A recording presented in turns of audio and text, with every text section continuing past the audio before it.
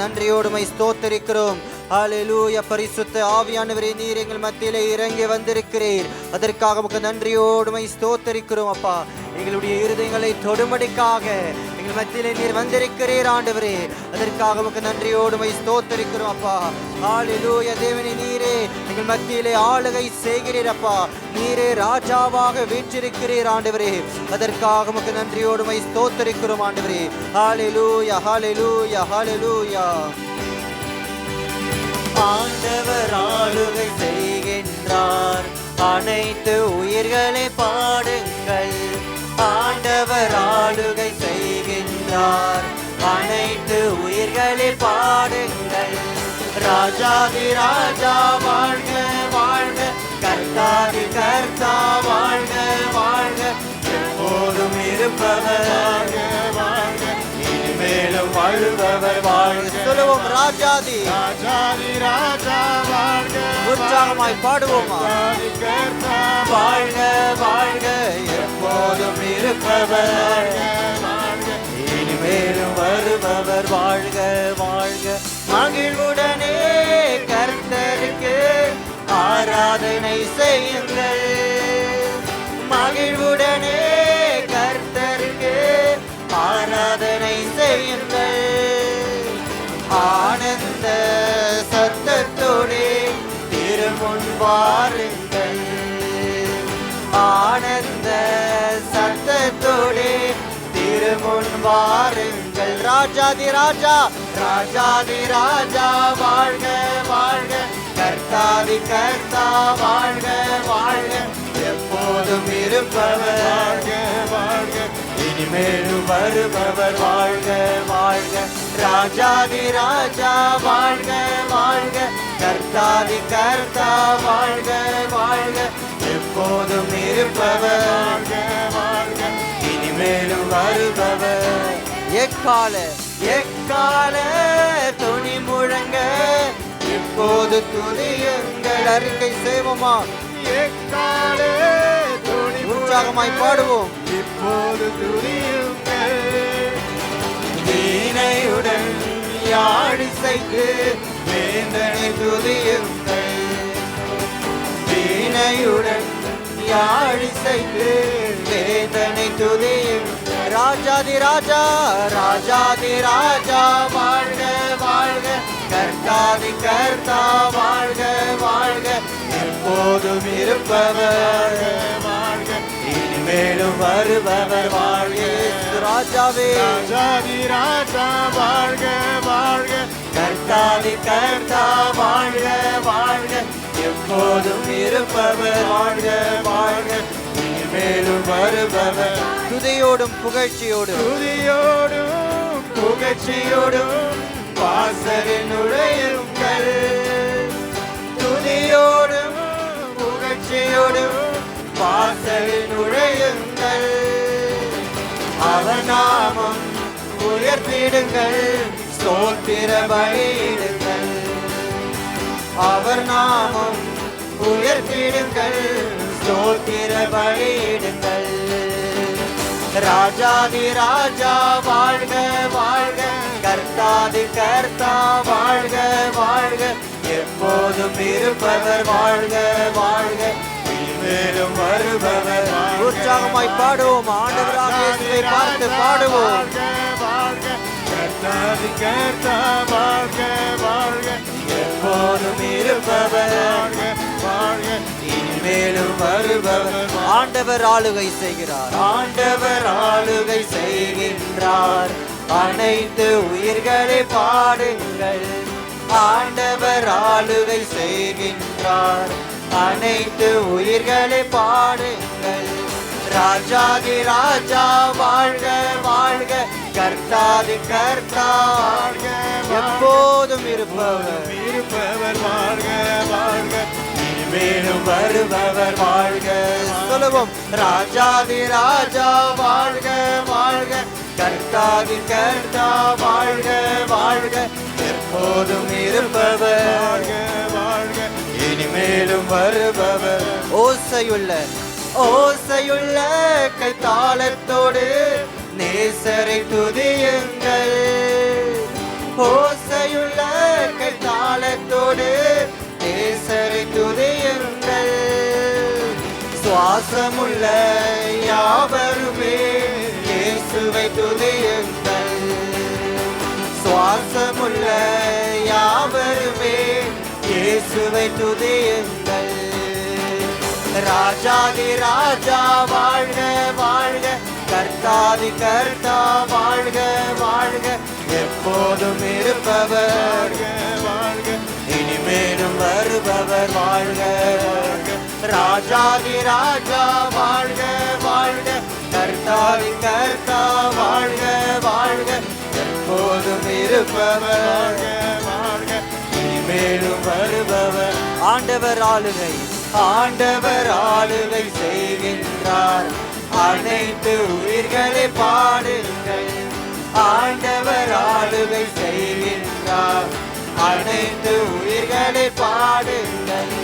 ராஜாதி ராஜா வாழ்க வாழ்க, கர்த்தாதி கர்த்தா வாழ்க வாழ்க, எப்போதும் இருப்பவர் வாழ்க, இனிமேலும் வருபவர் வாழ்க வாழ்க. ராஜாதி ராஜா வாழ்க வாழ்க, கர்த்தாதி கர்த்தா வாழ்க வாழ்க, எப்போதும் இருப்பவர் வாழ்க, இனிமேலும் வருபவர். ஹல்லேலூயா. பலமாய் கரங்களை தட்டி தேவனை உயர்த்துவோமா? ஆண்டவராகிய இயேசு கிறிஸ்துவுக்கு நன்றி செலுத்துவோமா? அவரே நம்முடைய ஆண்டவராய் இருக்கிறார், நம்மை ஆளுகை செய்கிற தேவனாய் இருக்கிறார், நம்முடைய ராஜாவாய் இருக்கிறார். அதற்காக தேவனை உயர்த்துவோமா? நம்முடைய ராஜாவுக்கு தேவனுக்கு நன்றி செலுத்துவோமா? நன்றி செலுத்துவோமா? ஹல்லேலூயா. தேவனே உமக்கு நன்றியோடு உம்மை ஸ்தோத்தரிக்கிறோம். எங்களை ஆளுகை செய்கிறவரே உமக்கு நன்றி செலுத்துகிறோம் அப்பா. ஆண்டவரே இயேசு ராஜாவே, நீர் எங்களை ஆளுகை செய்கிறீர் ஆண்டவரே. அதற்காக உமக்கு நன்றியோடு உம்மை ஸ்தோத்தரிக்கிறோம், நன்றியோடு உம்மை ஸ்தோத்தரிக்கிறோம் அப்பா. நீரே ராஜாதி ராஜா, நீரே கர்த்தாதி கர்த்தர், நீரே தேவாதி தேவன். அதற்காக தேவனே நாங்கள் உம்மை உயர்த்துகிறோம், உம்மை உயர்த்துகிறோம். நீரே அப்பா ராஜாவாக இருந்து கொண்டு எங்களுடைய வாழ்க்கையை ஆளுகை செய்கிறீர் ஆண்டவரே. அதற்காக உமக்கு நன்றி செலுத்துகிறேன் அப்பா. நீர் எங்களுடைய வாழ்க்கையை ஆளுகை செய்கிறீர். அதற்காகத்தான் தேவனே நாங்கள் அப்பா மகிழ்ச்சியோடும் அப்பா புகழ்ச்சியோடும் ஆண்டவரே நாங்கள் உம்மை உயர்த்துகிறோம், நாங்கள் உம்மை ஆராதிக்கிறோம், நாங்கள் உமக்கு நன்றி செலுத்துகிறோம் ஆண்டவரே. ஹல்லேலூயா அப்பா. துதிகளின் மத்தியிலே வாசம் செய்கிற அன்பான இயேசு ராஜாவே, நாங்கள் உம்மை உயர்த்துகிறோம் அப்பா, உம்மை உயர்த்துகிறோம் அப்பா. ஹல்லேலூயா. தேவனே, இன்றைக்கு எங்கள் மத்தியிலே இறங்கி வந்து அப்பா எங்களை தொடுமடிக்காக நீர் வந்திருக்கிறீர் அப்பா. ராஜாவாக அப்பா நீர் வீற்றிருக்கிறீர் ஆண்டவரே. அதற்காக நாங்கள் உம்மை உயர்த்துகிறோம் ஆண்டவரே. என் இயேசு ராஜாவே, நாங்கள் உமக்கு மகிமை செலுத்துகிறோம் ஆண்டவரே. ஹல்லேலூயா. உமக்கு நன்றி செலுத்துகிறோம். ஹல்லேலூயா, ஹல்லேலூயா. இந்த சத்தம் போதாது. ஹல்லேலூயா. நம்முடைய தேவன் ராஜாதி ராஜாவாக இருக்கிறார், அவர் கர்த்தாதி கர்த்தராய் இருக்கிறார், அவர் சர்வத்தையும் ஆளுகை செய்கிற தேவனாய் இருக்கிறார். ஆமென். அது மாத்திரமில்லாமல் அவரை துதிக்கும் கனத்திற்கும் மகிமைக்கும் பாத்திரராய் இருக்கிறார். காரணம் அவரே நம்மை சேற்றிலிருந்து தூக்கி தம்முடைய கரத்தினாலே நம்மை தூக்கி உயரத்திலே நம்மை அமரச் செய்தார். ஆமென். அவரே நம்முடைய வாழ்க்கையை தம்முடைய கரத்தினாலே அவர் மாற்றி இருக்கிறார். இதை நாங்கள் விசுவாசித்து எதற்காக நாங்கள் ஆண்டவருக்கு நன்றி செலுத்தி துதிப்பேன் உம்மை துதிப்பேன் என்கிற அந்த பாடல் பாடி ஆண்டவராக இயேசுவை நாம் மகிமைப்படுத்துவோம். துதிப்பேன் உம்மை துதிப்பேன், துதிப்பேன் உம்மை துதிப்பேன், பணிந்தே குனிந்தே பாதம் வீழ்ந்து உம்மை பணிந்தே குனிந்தே பாதம் வீழ்ந்து உம்மை ஆராதிப்பேன், உம்மை ஆராதிப்பேன், ஆராதிப்பேன், உம்மை ஆராதிப்பேன். ராஜாதி ராஜா நீரே, கர்த்தாதி கர்த்தர் நீரே, மகிமைக்கு பாத்திர நீரே, மகத்துவம் நிறைந்தவர் நீரே. ராஜாதி ராஜா நீரே, கர்த்தாதி கர்த்தர் நீரே, மகிமைக்கு பாத்திர நீரே, மகத்துவம் நிறைந்தவர் நீரே. உடையான சேற்றி நின்று உம் கரத்தாலே தூக்கினீர், உதவாத என்னையும் உபயோகித்தீர்.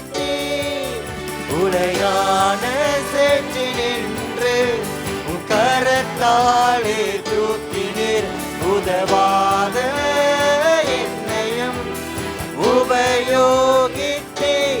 ராஜாதி ராஜா நீரே, கர்த்தாதி கர்த்தர் நீரே, மகிமைக்கு பாத்திரர் நீரே, மகத்துவம் நிறைந்தவர் நீரே.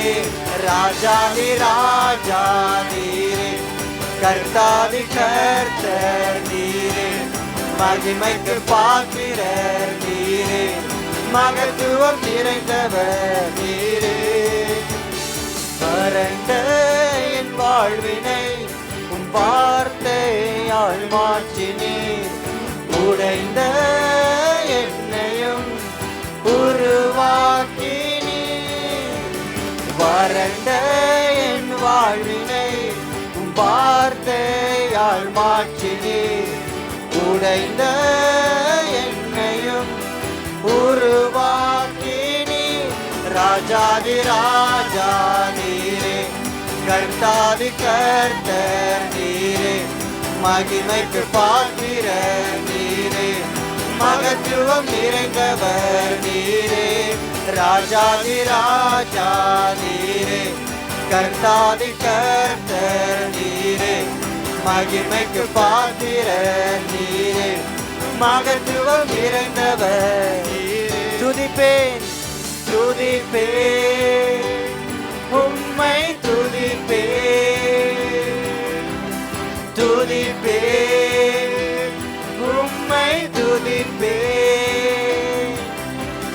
பணிந்தே குனிந்தே பாதம் வீழ்ந்து உம்மை பணிந்தே குனிந்தே பாதம் வீழ்ந்து உம்மை ஆராதிப்பேன், உம்மை ஆராதிப்பேன், ஆராதிப்பேன், உம்மை ஆராதிப்பேன். ராஜாதி ராஜா நீரே, கர்த்தாதி கர்த்தர் நீரே, மகிமைக்கு பாத்திரர் நீரே, மகத்துவம் ராஜாதி ராஜா. ராஜாதி ராஜா உற்சாகமாக பாடுவோமா? கர்த்தாதி கர்த்தர் நீரே, மகிமைக்கு பாத்திரர் நீரே, மகத்துவம் நிறைந்தவர் நீரே. பலனற்ற நேரத்தில் கிருபை பலனானது, தடுமாறும் போதெல்லாம் தாங்கி நீரே.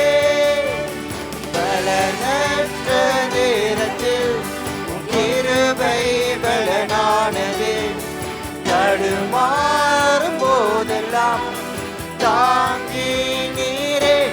ராஜாதி ராஜா நீரே, கர்த்தாதி கர்த்தர் நீரே, மகிமைக்கு பாத்திரர் நீரே, மகத்துவம் நிறைந்தவர் நீரே. ராஜாதி ராஜா நீரே, கர்த்தாதி கர்த்தர் நீரே, மகிமைக்கு பாத்திரர் நீரே, மகத்துவம் நிறைந்தவர். துதிப்பேன் துதிப்பேன் உம்மை துதிப்பேன். இயேசுவை பார்த்து சொல்லுவோம். துதிப்பேன் உம்மை துதிப்பேன். பணிந்தே துணிந்தே பாதம் வீழ்ந்து உம்மை பணிந்தே துணிந்தே பாதம் வீழ்ந்து உம்மை ஆராதிப்பேன், உம்மை ஆராதிப்பேன், ஆராதிப்பேன், உம்மை ஆராதிப்பேன். ராஜாதி ராஜா நீரே, கர்த்தாதி கர்த்தர் நீரே, மகிமைக்கு பாத்திரர் நீரே, மகத்துவம் நிறைந்தவர் நீரே, ராஜாதி ராஜா நீரே, கர்த்தாதி கர்த்தர் நீரே, மகிமைக்கு பாத்திரர் நீரே, மகத்துவம் பலனற்ற நேரத்தில் உம் கிருபை பலனானதே, தடுமாறும் போதெல்லாம் தாங்கி நீரே, பலனற்ற நேரத்தில் உம் கிருபை பலனானதே, தடுமாறும் போதெல்லாம் தாங்கி நீரே, ராஜாதி ராஜா நீரே, கர்த்தாதி கர்த்தர் நீரே, மகிமைக்கு பாத்திரர் நீரே, மகத்துவம் நிறைந்தவர் நீரே, ராஜாதி ராஜா நீரே, கர்த்தாதி கர்த்தர் நீரே, மகிமைக்கு பாத்திரர் நீரே, மகத்துவம் நிறைந்தவர் நீரே. துதிப்பே துதிப்பே உம்மை துதிப்பே, துதிப்பே உம்மை துதிப்பே, பணிந்து குனிந்து பாதம் வீழ்ந்து உம்மை பணிந்து குனிந்து பாதம் வீழ்ந்து உம்மை ஆராதிப்பேன், உம்மை ஆராதிப்பேன், ஆராதிப்பேன், உம்மை ஆராதிப்பேன், ராஜாதி ராஜா நீரே, கர்த்தாதி கர்த்தர் நீரே, மகிமைக்கு பாத்திரர் நீரே, மகத்துவம் நிறைந்தவர் நீரே, ராஜாதி ராஜா நீரே, கர்த்தாதி கர்த்தர் நீரே, மகிமைக்கு பாத்திரர் நீரே, மகத்துவம் நிறைந்தவர் நீரே. ஹல்லேலூயா. பலமாய் கரங்களை தட்டிக்கொண்டு ஆண்டவராக இயேசுவுக்கு நன்றி செலுத்துவோமா, நன்றி செலுத்துவோமா, அவரை துதிப்போம், அவரை துதிப்போமா. ஹல்லேலூயா. அவரை துதிக்கும் கனத்திற்கும் மகிமைக்கும் பாத்திரராய் இருக்கிற தேவன், அவரே சிங்காசனத்தை வீற்றிருக்கிற தேவன், ராஜாதி ராஜாவாக இருக்கிறார், கர்த்தாதி கர்த்தராக இருக்கிறார், தேவாதி தேவனாக அவர் இருக்கிறார். அதற்காக தேவனை உயர்த்துவோம், உயர்த்துவோம், உயர்த்துவோம். ஹல்லேலூயா. தேவன் நமக்கு நன்றியோடுமை ஸ்தோத்தரிக்கிறோம் அப்பா. நீர் எங்களுடைய ராஜா ஆண்டவரே, நீர் எங்களுடைய கர்த்தர் ஆண்டவரே. ஹல்லேலூயா. நீரே எங்களுக்கு பலனை தருகிறவராய் இருக்கிறீர் அப்பா. பலனற்ற நேரத்தில் உம்முடைய பலனை நீர் தருகிறீர் இயேசுவே. அதற்காக உமக்கு நன்றியோடுமை ஸ்தோத்தரிக்கிறோம் அப்பா. நீர் எங்களை மிகவும் அன்பு செய்கிறதுனால அப்பா, இப்படியாக நீர் எங்களுடைய வாழ்க்கையில நீர் செய்கிறீர் இயேசுவே. அதற்காக உமக்கு நன்றியோடுமை ஸ்தோத்தரிக்கிறோம் அப்பா. உம்முடைய வார்த்தையினால் அப்பா எங்களுடைய வாழ்க்கையை நீர் மாற்றுகிறீர் ஆண்டவரே. அதற்காக உமக்கு நன்றி செலுத்துகிறோம் அப்பா. நீர் எங்களுடைய வார்த்தையை கொடுத்தப்பா, எங்களுடைய வாழ்க்கையை நீர் மாற்றுகிறவராய் இருக்கிறீர் ஆண்டவரே. ஹல்லேலூயா. அதற்காக உமக்கு நன்றியோடுமை ஸ்தோத்தரிக்கிறோம் அப்பா. உமக்கு நன்றியோடுமை ஸ்தோத்தரிக்கிறோம். ஓசியா 11ஆம் அதிகாரம் 4வது வசனம் சொல்கிறது, மனுஷரை கட்டி இழுக்கிற அன்பின் கயிறுகளால் நான் அவர்களை இழுத்தேன், அவர்கள் கழுத்துகளின் மேல் இருந்த நுகத்தடியை எடுத்து போடுகிறவை போல் இருந்து அவர்கள் பச்சம் சாய்ந்து அவர்களுக்கு ஆகாரம் கொடுத்தேன். ஆமென். நம்முடைய தேவன் ஆண்டவராக இயேசு கிறிஸ்து நம்மை மிகவும் அன்பு செய்கிற தேவனாயிருக்கிறார். தம்முடைய அன்பின் கயிறுகளால தம் பக்கமாக நம்மை இழுத்துக் கொள்ளுகிறவராய் இருக்கிறார். தம்முடைய சபையில நம்மை இழுத்துக் கொள்ளுகிறவராய் இருக்கிறார். தம்முடைய அன்பிற்குள்ளாக அவர் நம்மை இழுத்துக் கொள்ளுகிறவராய் இருக்கிறார். ஆமென். தகப்பனையும் தாயையும் மறந்து போனாலும் ஆண்டவராக இயேசு கிறிஸ்து ஒருபோதும் நம்மை மறவாத தேவனாய் இருக்கிறார். ஒருபோதும் நம்மை கைவிடாத தேவனாய் இருக்கிறார். எப்பொழுதும் நம்மை அன்பு செய்கிற தேவனாய் இருக்கிறார். இதை நாங்கள் விசுவாசித்து இந்த பாடலை பாடி ஆண்டவராக இயேசுவினுடைய அன்பை நினைத்து நாங்கள் நன்றி செலுத்துவோம்.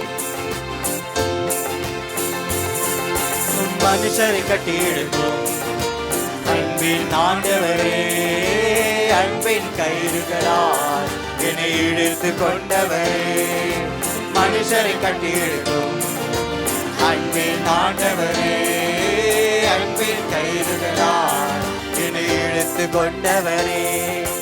எப்ராயிமே உன்னை எப்படி கைவிடுவேன், இஸ்ரவேலே உன்னை எப்படி ஒப்புக் கொடுப்பேன். எப்ராயிமே உன்னை எப்படி கைவிடுவேன், இஸ்ரவேலே உன்னை எப்படி ஒப்புக் கொடுப்பேன். எப்ராயிமே உன்னை எப்படி கைவிடுவேன், இஸ்ரவேலே உன்னை எப்படி ஒப்புக் கொடுப்பேன். எப்ராயிமே உன்னை எப்படி கைவிடுவேன், இஸ்ரவேலே உன்னை எப்படி ஒப்புக் கொடுப்பேன். தாயை போல உணவு கொடுப்பவரே, தகப்பனை போல என்னை சுமந்து செல்பவரே. சொல்லுவோமா? தாயை போல உணவு கொடுப்பவரே, தகப்பனை போல என்னை சுமந்து செல்பவரே. தகப்பனை போல என்னை சுமந்து செல்பவரே, தகப்பனை போல என்னை சுமந்து செல்பவரே. தகப்பனை போல, தகப்பனை போல என்னை சுமந்து செல்பவரே, தகப்பனை போல என்னை சுமந்து செல்பவரே. எப்ராயிமே, எப்ராயிமே உன்னை எப்படி கைவிடுவேன், இஸ்ரவேலே உன்னை எப்படி ஒப்புக் கொடுப்பேன். எப்ராயிமே உன்னை எப்படி கைவிடுவேன், இஸ்ரவேலே உன்னை எப்படி ஒப்புக் கொடுப்பேன். எப்ராயிமே உன்னை எப்படி கைவிடுவேன், இஸ்ரவேலே உன்னை எப்படி ஒப்புக் கொடுப்பேன். எப்ராயிமே உன்னை எப்படி கைவிடுவேன், இஸ்ரவேலே உன்னை எப்படி ஒப்புக் கொடுப்பேன். உம்மை விட்டு தூர போன என்னை நல்லவனாக்கி என்னை சேர்த்து கொண்டவரே. உம்மை விட்டு தூர போன என்னை நல்லவனாக்கி என்னை சேர்த்து கொண்டவரே. நல்லவனாக்கி என்னை சேர்த்து கொண்டவரே, நல்லவனாக்கி என்னை சேர்த்து கொண்டவரே. எப்ராயிமே, எப்ராயிமே உன்னை எப்படி கைவிடுவேன், இஸ்ரவேலே உன்னை எப்படி கொடுப்பேன். எப்ராயிமே உன்னை எப்படி கைவிடுவேன், இஸ்ரவேலே உன்னை எப்படி ஒப்புக் கொடுப்பேன். எப்ராயிமே உன்னை எப்படி கைவிடுவேன், இஸ்ரவேலே உன்னை எப்படி ஒப்புக் கொடுப்பேன். எப்ராயிமே, எப்ராயிமே உன்னை எப்படி கைவிடுவேன், இஸ்ரவேலே உன்னை எப்படி ஒப்புக் கொடுப்பேன். செல்ல பிள்ளையார் உங்க மடியில் இருக்கின்றேன், எதுவும் என்னை பிரித்திட முடியாது. செல்ல பிள்ளையார் உங்க மடியில் இருக்கின்றேன், எதுவும் என்னை பிரித்திட முடியாது. எதுவும் என்னை பிரித்திட முடியாது, எதுவும் என்னை பிரித்திட முடியாது. எப்ராயிமே, எப்ராயிமே உன்னை எப்படி கைவிடுவேன், இஸ்ரவேலே உன்னை எப்படி அறிக்கை செய்வோமா? எப்ராயிமே உன்னை எப்படி கைவிடுவேன், இஸ்ரவேலே உன்னை எப்படி ஒப்புக் கொடுப்பேன். எப்ராயிமே உன்னை எப்படி கைவிடுவேன், இஸ்ரவேலே உன்னை எப்படி ஒப்புக் கொடுப்பேன். எப்ராயிமே, எப்ராயிமே உன்னை எப்படி கைவிடுவேன், உன்னை எப்படி ஒப்புக். மனுஷரை மனுஷரை கட்டி இழுக்கும் அன்பின் ஆண்டவரே, அன்பின் கயிறுகளால் என்னை இழுத்து கொண்டவரே. மனுஷரை கட்டி இழுக்கும் அன்பின் அன்பின் ஆண்டவரே, அன்பின் கயிறுகளா என்னை இழுத்து கொண்டவர். எப்ராயிமே, எப்ராயிமே, எப்படி கைவிடுவேன்? இஸ்ரவேலே, உன்னை எப்படி ஒப்பு கொடுப்பேன்? எப்ராயிமே, உன்னை எப்படி கைவிடுவேன்? இஸ்ரவேலே, உன்னை எப்படி ஒப்பு கொடுப்பேன்? எப்ராயிமே, உன்னை எப்படி கைவிடுவேன்? இஸ்ரவேலே, உன்னை எப்படி ஒப்பு கொடுப்பேன்? எப்ராயிமே, எப்ராயிமே, உன்னை எப்படி கைவிடுவேன்? இஸ்ரவேலே, உன்னை எப்படி ஒப்பு கொடுப்பேன்? செல்ல பிள்ளையாய் உங்க மடியில் இருக்கின்றேன், எதுவும் என்னை விருந்திட முடியாது. செல்ல பிள்ளையாய் உங்க மடியில் இருக்கின்றேன், எதுவும் என்னை விருந்திட முடியாது. எதுவும் என்னை விருந்திட முடியாது. எதுவும் என்னை விருந்திட முடியாது. எப்ராயிமே, உன்னை எப்படி கைவிடுவேன்? இஸ்ரவேலே, உன்னை எப்படி விசுவாசத்தோடு பாடுவோம். எப்ராயிமே, உன்னை எப்படி கைவிடுவேன்? இஸ்ரவேலே, உன்னை எப்படி ஒப்பு கொடுப்பேன்? எப்ராயிமே, உன்னை எப்படி கைவிடுவேன்? இஸ்ரவேலே, உன்னை எப்படி ஒப்பு கொடுப்பேன்? எப்ராயிமே, உன்னை எப்படி கைவிடுவேன்? இஸ்ரவேலே, உன்னை எப்படி மனுஷரை கட்டி இழுக்கும், மனுஷரை கட்டி இழுக்கும் அன்பின் ஆண்டவரே, என்னை இழுத்து கொண்டவர். சொல்லுவோமா, மனுஷரை கட்டி இழுக்கும் அன்பின் ஆண்டவரே, அன்பின் கயிறுகளா என்னை இழுத்து கொண்டவர். எப்ராயிமே, எப்ராயிமே, உன்னை எப்படி கைவிடுவேன்? இஸ்ரவேலே, உன்னை எப்படி ஒப்பு கொடுப்பேன்? எப்ராயிமே, உன்னை எப்படி விடுவேன்? இஸ்ரவேலே, உன்னை எப்படி ஒப்பு கொடுப்பேன்? எப்ராயிமே, உன்னை எப்படி கைவிடுவேன்? இஸ்ரவேலே, உன்னை எப்படி ஒப்பு கொடுப்பேன்? சொல்லுவோமா, எப்ராயிமே, உன்னை எப்படி கைவிடுவேன்? இஸ்ரவேலே, உன்னை எப்படி ஒப்பு கொடுப்பேன்? ஹல்லேலூயா. பலமாய் கரங்களை தட்டிக்கொண்டு தேவனுக்கு நன்றி செலுத்துவோமா, தேவனுக்கு நன்றி செலுத்துவோமா. ஹல்லேலூயா, ஹல்லேலூயா. தேவனே, மக்கு நன்றியோடு ஸ்தோத்தரிக்கிறோம் அப்பா. மனுஷரை கட்டி இழுக்கிற அன்பின் கயிறுகளால் அப்பா எங்களை இழுத்துக் கொள்ளுகிற தேவனாய் இருக்கிறீர் ஆண்டவரே. அதற்காக உமக்கு நன்றியோடு ஸ்தோத்தரிக்கிறோம் அப்பா. ஒருபோதும் எங்களை மறவாத தேவன், ஒருபோதும் எங்களை கைவிடாத தேவனாய் இருக்கிறீர் ஆண்டவரே. அதற்காக உமக்கு நன்றி செலுத்துகிறோப்பா. ஹல்லேலூயா. ஒரு தாயை போலப்பா நீர் எங்களுக்கு உணவு கொடுக்கிறீரப்பா. ஒரு தகப்பனை போல எங்களை சுமக்குகிற தேவனாய் இருக்கிறீரப்பா. அதற்காக உமக்கு நன்றியோடு ஸ்தோத்தரிக்கிறோம் அப்பா. ஹல்லேலூயா.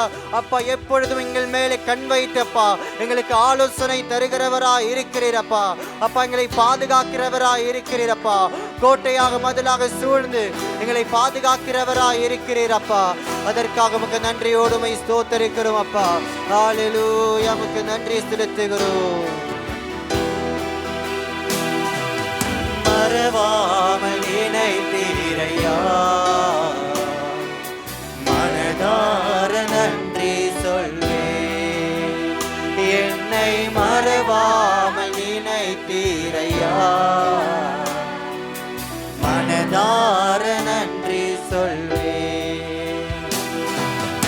இரவும் பகலும் என்னை நினைத்து இதுவரை நடத்தினீரே.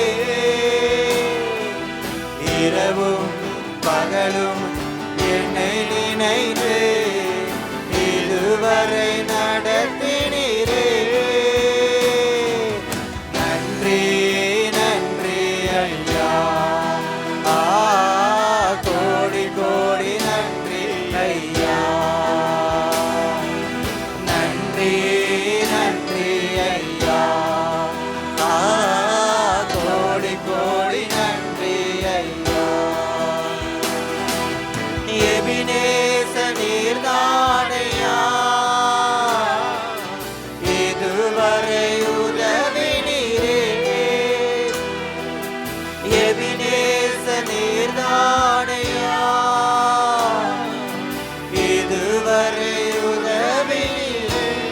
எல்ரோயே எல்ரோய் எல்ரோய் என்னையும் கண்டீரே, எப்படி நான் நன்றி சொல்வேன்.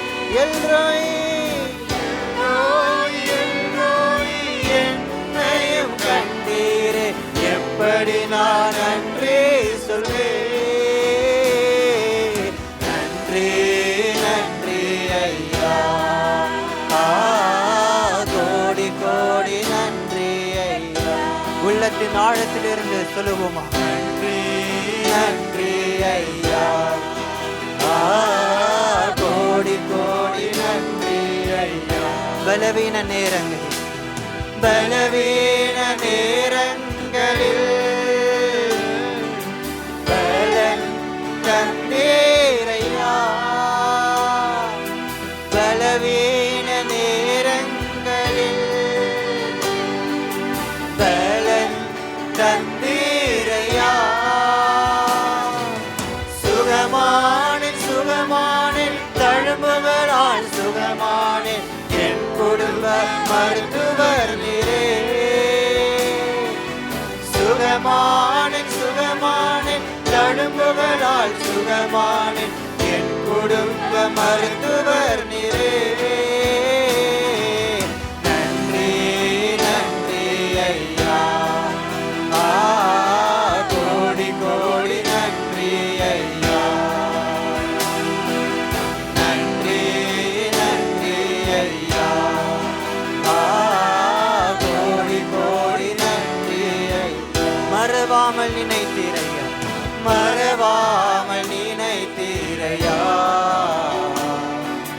மனதார நன்றி சொல்வேன்.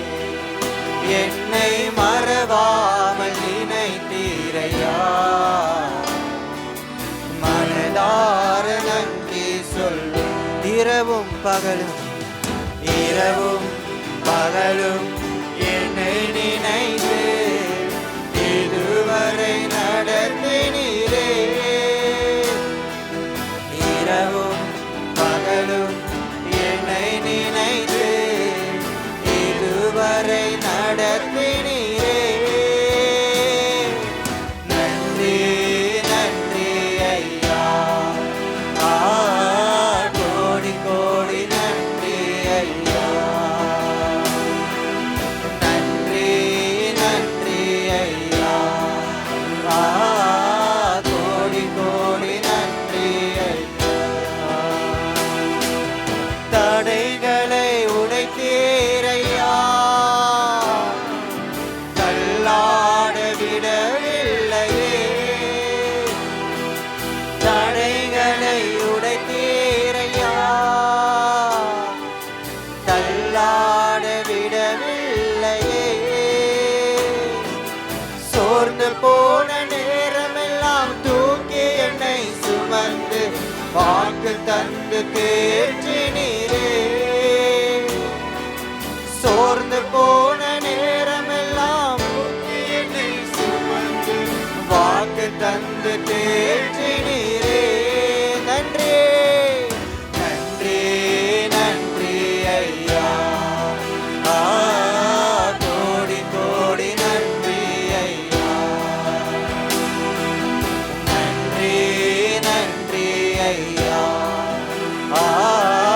கோடி கோடி நன்றி. என்னை மறவாமல் நினைத்து மறவாமல் நினைத்தீரையா, மனதார நன்றி சொல்வேன். இயேசுவை பார்த்து சொல்லுவோமா? மறவாமல் நினைத்தீரையா, என்னை நினைத்தீர், மனதார நன்றி சொல்வேன். இரவும் பகலும் என்னை நினைத்து இதுவரை நடத்தினீரே. இரவும் பகலும் என்னை நினைத்து இதுவரை நடத்தினீரே. நன்றி நன்றி ஐயா, கோடி கோடி. கரங்களை உயர்த்தி பாடுவோமா? நன்றி நன்றி ஐயா,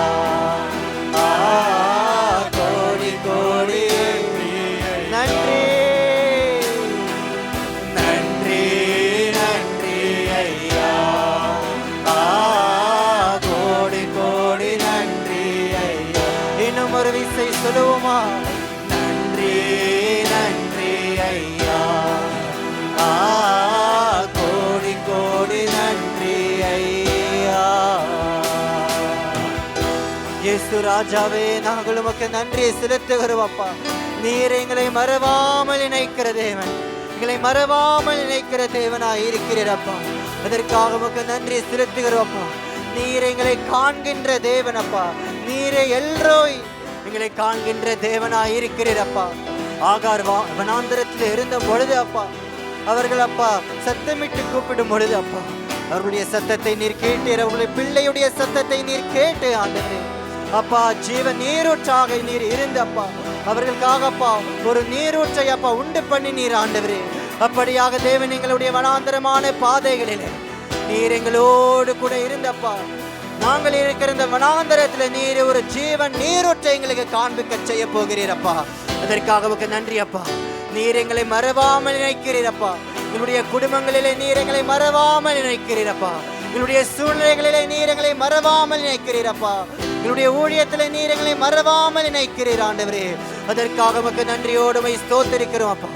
அன்பான இயேசு ராஜாவே, நாங்கள் உமக்கு நன்றியோடு உம்மை ஸ்தோத்திரிக்கிறோம் ஆண்டவரே. இந்த எல்லா துதியும் கனமும் மகிமையும் எங்கள் ஆண்டவராக இயேசு கிறிஸ்துவின் நாமத்தினாலே ஏறெடுக்கிறோம் நல்ல பரலோக பிதாவே. ஆமென் ஆமென். பலமாய் கரங்களை தட்டி தேவனுக்கு நன்றி செலுத்துவோம். கர்த்தருக்கே மகிமை உண்டாவதாக. கர்த்தாவே, இந்த காணிக்கை வேலை உம்முடைய கரத்தில் ஒப்பு கொடுத்து ஜெபிக்கிறோம். பிதாவே, உம்மை நன்றியோடு துதிக்கிறோம். ராஜாவே, இதோ தகப்பனே அப்பா, இந்த ஆராதனையை தொடக்கம் முதல் முடிவு வரை நீர் ஆசீர்வாதமாய் நடத்துவதற்காக நன்றி ராஜா. இந்த காணிக்கை வேலையும் ஆசீர்வதித்து கர்த்தாவே, இதோ அப்பா நீர் தந்த நன்மைகளுக்காக நன்றி ராஜா. கரத்தில் இருந்து பெற்றுக்கொண்ட நாங்கள் இந்த காணிக்கைகளை தாழ்மையோடும் கர்த்தாவே முழு இருதயத்தோடும் உதாரணத்தோடும் உற்சாகத்தோடும் செலுத்துகிறோம் உம் பாதத்தில் கர்த்தாவே. அதை அப்பா நீர் பிரியமாக ஏற்றுக்கொள்ள போவதற்காக நன்றி தகப்பனே. இயேசு கிறிஸ்துவின் நாமத்தினால் ஜெபிக்கிறோம் ஜீவன் உள்ள நல்ல பிதாவே. ஆமென். ஆண்டவர் ஆளுகை செய்கின்றார், அனைத்து உயிர்களை பாடுங்கள். ஆண்டவர் ஆளுகை செய்கின்றார், அனைத்து உயிர்களை பாடுங்கள். ராஜாதி ராஜா வாழ்க வாழ்க, கர்த்தாதி கர்த்தா வாழ்க வாழ்க, எப்போதும் இருப்பவர் வாழ்க வாழ்க, இனிமேலும் வருபவர் வாழ்க வாழ்க.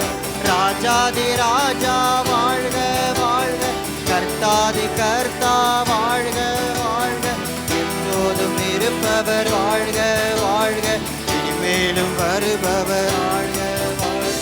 ஆண்டவர் ஆளுகை செய்கின்றார், அனைத்து உயிர்களை பாடுங்கள். ஆண்டவர் ஆளுகை செய்கின்றார், அனைத்து உயிர்களை பாடுங்கள். பிதாவே, உமக்கு நன்றி செலுத்துகிறோம் கர்த்தாவே. ஆண்டவரே, இதோ கொடுத்த ஒவ்வொரு கரங்களையும் ஆசீர்வதித்து ஆவிக்குரிய வாழ்க்கையிலும் உலகத்தின் ஆசீர்வாதத்திலும் ஆண்டவரே உண்டான எல்லாம் குறைவுகளையும் இயேசு கிறிஸ்துவின் மகிமையினால் நிறைவாகுவதாக ராஜா. ஒவ்வொரு குடும்பத்திலும் சமாதானத்திலும் சமாதானம் தங்கும்படியாக ஜெபிக்கிறோம் கர்த்தாவே. இயேசு கிறிஸ்துவின் நாமத்தின் மூலம் ஜெபிக்கிறோம் என் ஜீவனுள்ள நல்ல பிதாவே. ஆமென். Alléluia. Nous allons maintenant passer le temps d'intercession et on va tous se lever tout d'abord. Levons-nous tous devant le Seigneur et nous allons remercier le Seigneur déjà pour tout ce qu'il a accompli jusqu'ici. Père, je te loue, Papa. Jésus-Christ, je te loue. Saint-Esprit, je te loue. Seigneur Dieu, notre Père, je te remercie, Seigneur. Combien, Seigneur Dieu, tu as entendu nos paroles. Combien, Seigneur Dieu, tu as fait des choses merveilleuses. Combien, Seigneur Dieu, tu nous as protégés aller-retour. Combien, Seigneur Dieu, tu nous bénis de bénédiction en bénédiction dans notre vie, Père. Pour cela, je te remercie, Seigneur. Tu es un Dieu qui entend nos paroles, qui entend chacune de nos paroles. Pour cela, je te remercie, Seigneur. Père Dieu, nous te louons, nous t'adorons, nous intercédons auprès de toi, car le Dieu de miracles, c'est toi seul, Seigneur Père. Pour cela, je te remercie, Seigneur. J'élève ces prières remerciements au nom de mon Seigneur Jésus-Christ. Amen.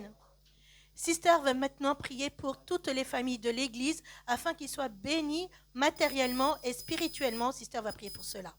பிதாவே நன்றி செலுத்துகிறேன் ராஜா ஆண்டவரே. கிறிஸ்துவின் ராஜ சுவிசேஷ சபையில் இருக்க ஒவ்வொரு குடும்பங்களையும் உம்முடைய கரத்தில் ஒப்பு கொடுக்கிறேன் ராஜா ஆண்டவரே. அவருடைய ஆவி ஆத்மா சரத்தை இயேசு கிறிஸ்துவின் ரத்தத்தை தெளிக்கிறேன் ராஜா ஆண்டவரே. கர்த்தாவே அவருடைய ஆவிக்குரிய வாழ்க்கையில் வளர உதவி செய்யும்படியாக கேட்டு ஜெபிக்கிறேன் ராஜா ஆண்டவரே. வேத வாசிப்பில் இன்னும் வளர உதவி செய்யும்படியாக கேட்டு ஜெபிக்கிறேன் ராஜா ஆண்டவரே. கர்த்தாவே அனைத்து உம்முடைய தேடுற பிள்ளைகளா மாட்டும்படியாக கேட்டு ஜெபிக்கிறேன் ராஜா ஆண்டவரே. கர்த்தாவே சுவிசேஷ அபிஷேகத்தால் நிரப்பும்படியாக கேட்டு ஜெபிக்கிறேன் ராஜா ஆண்டவரே. குடும்பமாக ராஜா ஆண்டவரே சுவிசேஷத்தில் பங்கு பெற உதவி செய்யும்படியாக கேட்டு ஜெபிக்கிறேன் ராஜா ஆண்டவரே. கர்த்தாவே குடும்பமா சபை கூடி வரத்தில் விட்டு விடாதபடி ஆண்டவரே அவர்கள் அனைத்து நாம் வேற உதவி செய்யும்படியாக கேட்டு ஜெபிக்கிறேன் ராஜா ஆண்டவரே. கர்த்தாவே குடும்ப ஜெபத்தில் அவர்கள் இன்னும் வளர உதவி செய்யும்படியாக கேட்டு ஜெபிக்கிறேன் ராஜா ஆண்டவரே.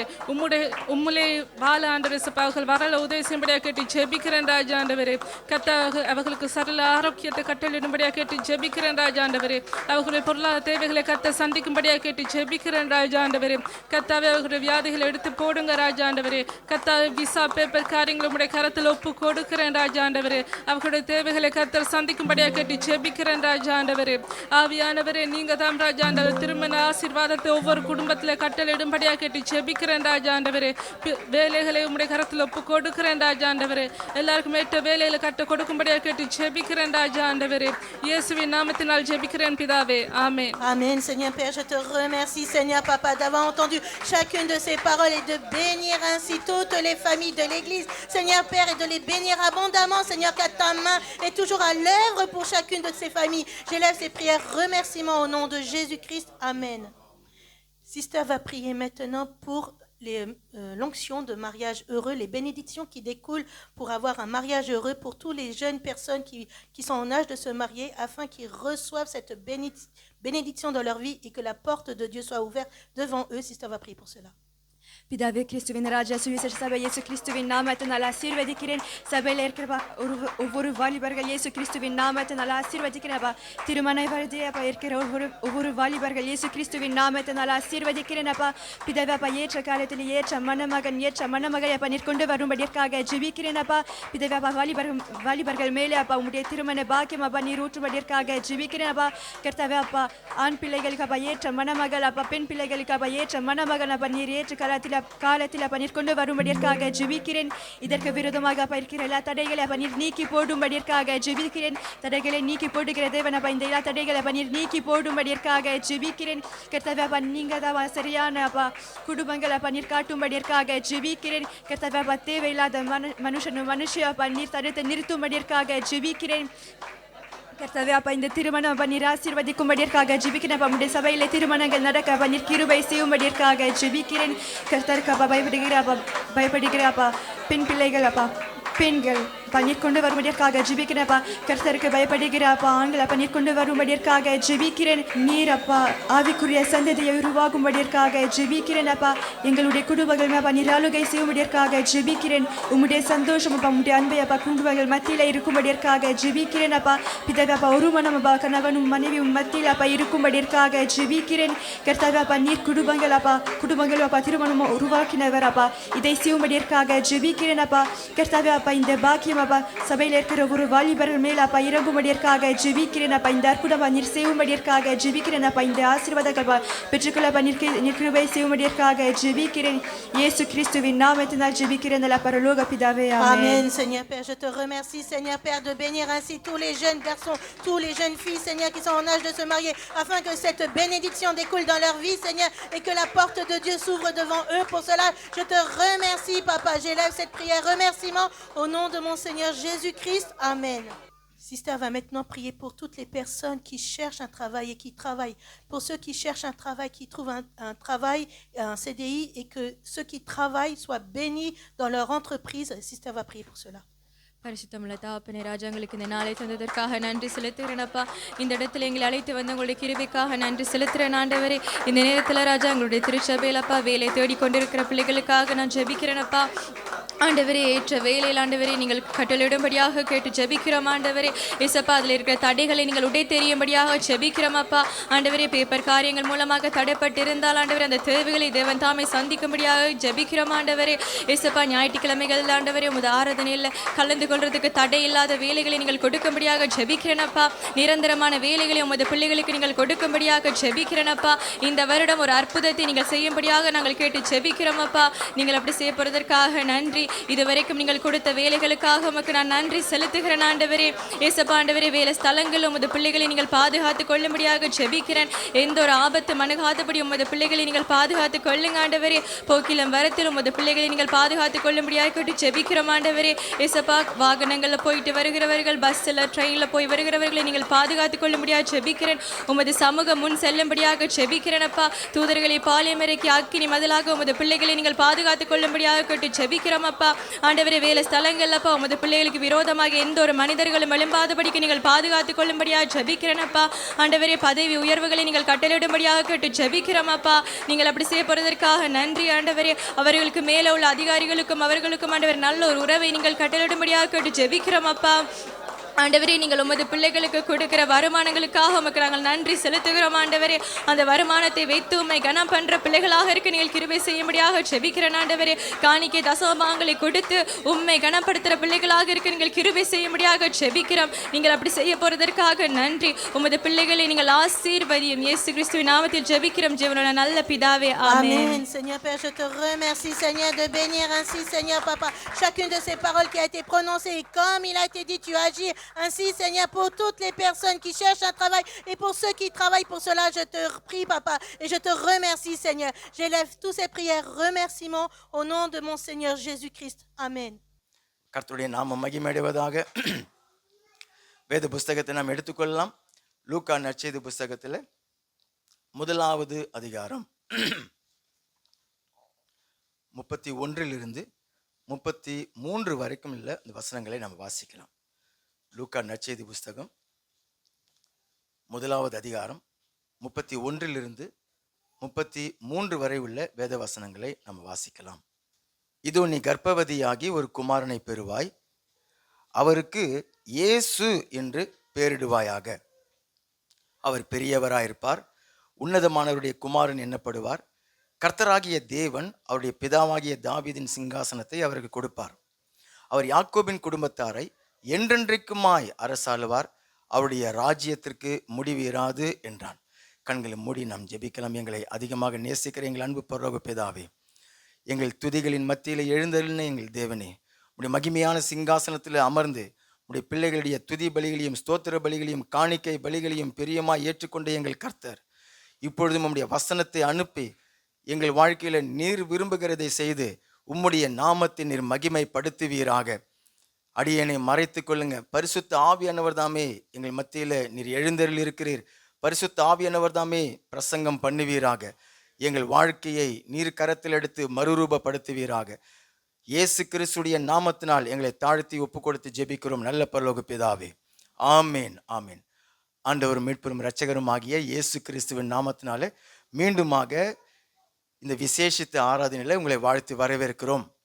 லூக்கா நற்செய்தி புஸ்தகம் 1வது அதிகாரம் 31 33 வரைக்கும் நம்ம வாசித்தோம். லூக்கா நற்செய்தி புஸ்தகத்திலிருந்து தொடர் போதனையை நாம் தியானித்து கொண்டிருக்கிறோம். அதனுடைய நோக்கம் என் ஆண்டவர் இயேசு கிறிஸ்து அவர் எப்படிப்பட்டவரோ என்கிற அந்த அறிவை அறிந்து கொள்வதற்காக இருக்கிற ஒரு பிரயாணத்தில் நம்ம சென்று கொண்டிருக்கிறோம். இப்படியாக அறிந்து கொள்ள வாஞ்சித்த சக்கேயு லூக்கா 19வது அதிகாரத்தில் இயேசுவை தேடி வந்து அவர் எப்படிப்பட்டவரோ என்று சொல்லி காண அவன் வகை தேடினான். இயேசு எப்படிப்பட்டவர் என்கிறதை அவன் கண்டு கொண்டான். அதனுடைய விளைவாக அவனுடைய வாழ்க்கை மாறிவிட்டது. அவனுடைய குடும்பத்தில் ரட்சிப்பு வந்துவிட்டது. ஆமீன். அப்போ இயேசுவை நான் அறிகிற அந்த அறிவை நான் பெற்றுக்கொள்ளும் பொழுது அது எனக்குள்ளார கிருபையை உண்டாக்கும், சமாதானத்தை எனக்குள்ளார பெருகச் செய்யும், ஜீவனை எனக்குள்ளார பெருகச் செய்யும், விசுவாசத்தை அது கட்டி எழுப்பும், தேவன் மேல இருக்கக்கூடிய நம்பிக்கையை எனக்குள்ளார வளரச் செய்யும். இயேசுவை நம்ம அறியாமல் இருக்கிற பொழுதுதான் ரட்சிக்கப்பட்டிருப்போம், ஞானஸ்நானம் வாங்கியிருப்போம், சபைக்கு கூட நம்ம வருவோம். இயேசுவை அறிந்து கொள்ளுகிறதுல நம்ம நாட்டம் காண்பிக்காமல் இருக்கிறபடினால எனக்குள்ள இருக்கிற விசுவாசம் பெருகுகிறது கிடையாது, நம்பிக்கை பெருகுகிறது கிடையாது. அதில் எனக்குள்ள இருக்கக்கூடிய ஜீவன் அது வந்து பெருகிறது கிடையாது, சமாதானம் பாதிக்கப்பட்டு விடுகிறது, கிருபையில வளராமல் இருந்து விடுகிறோம். அதனால தான் தேவன் கிருபையாக நம்மை இயேசு கிறிஸ்துவை அறிகிற இந்த அறிவில், இந்த ஒரு பிரயாணத்தில் தேவன் நம்மை நடத்துகிறார். அதற்காக நம்ம இந்த லூக்கா நற்செய்தியை நம்ம எடுத்துக்கொண்டு அதில் ஒவ்வொரு வசனமாக நம்ம தியானித்து கொண்டு இருக்கிறோம்.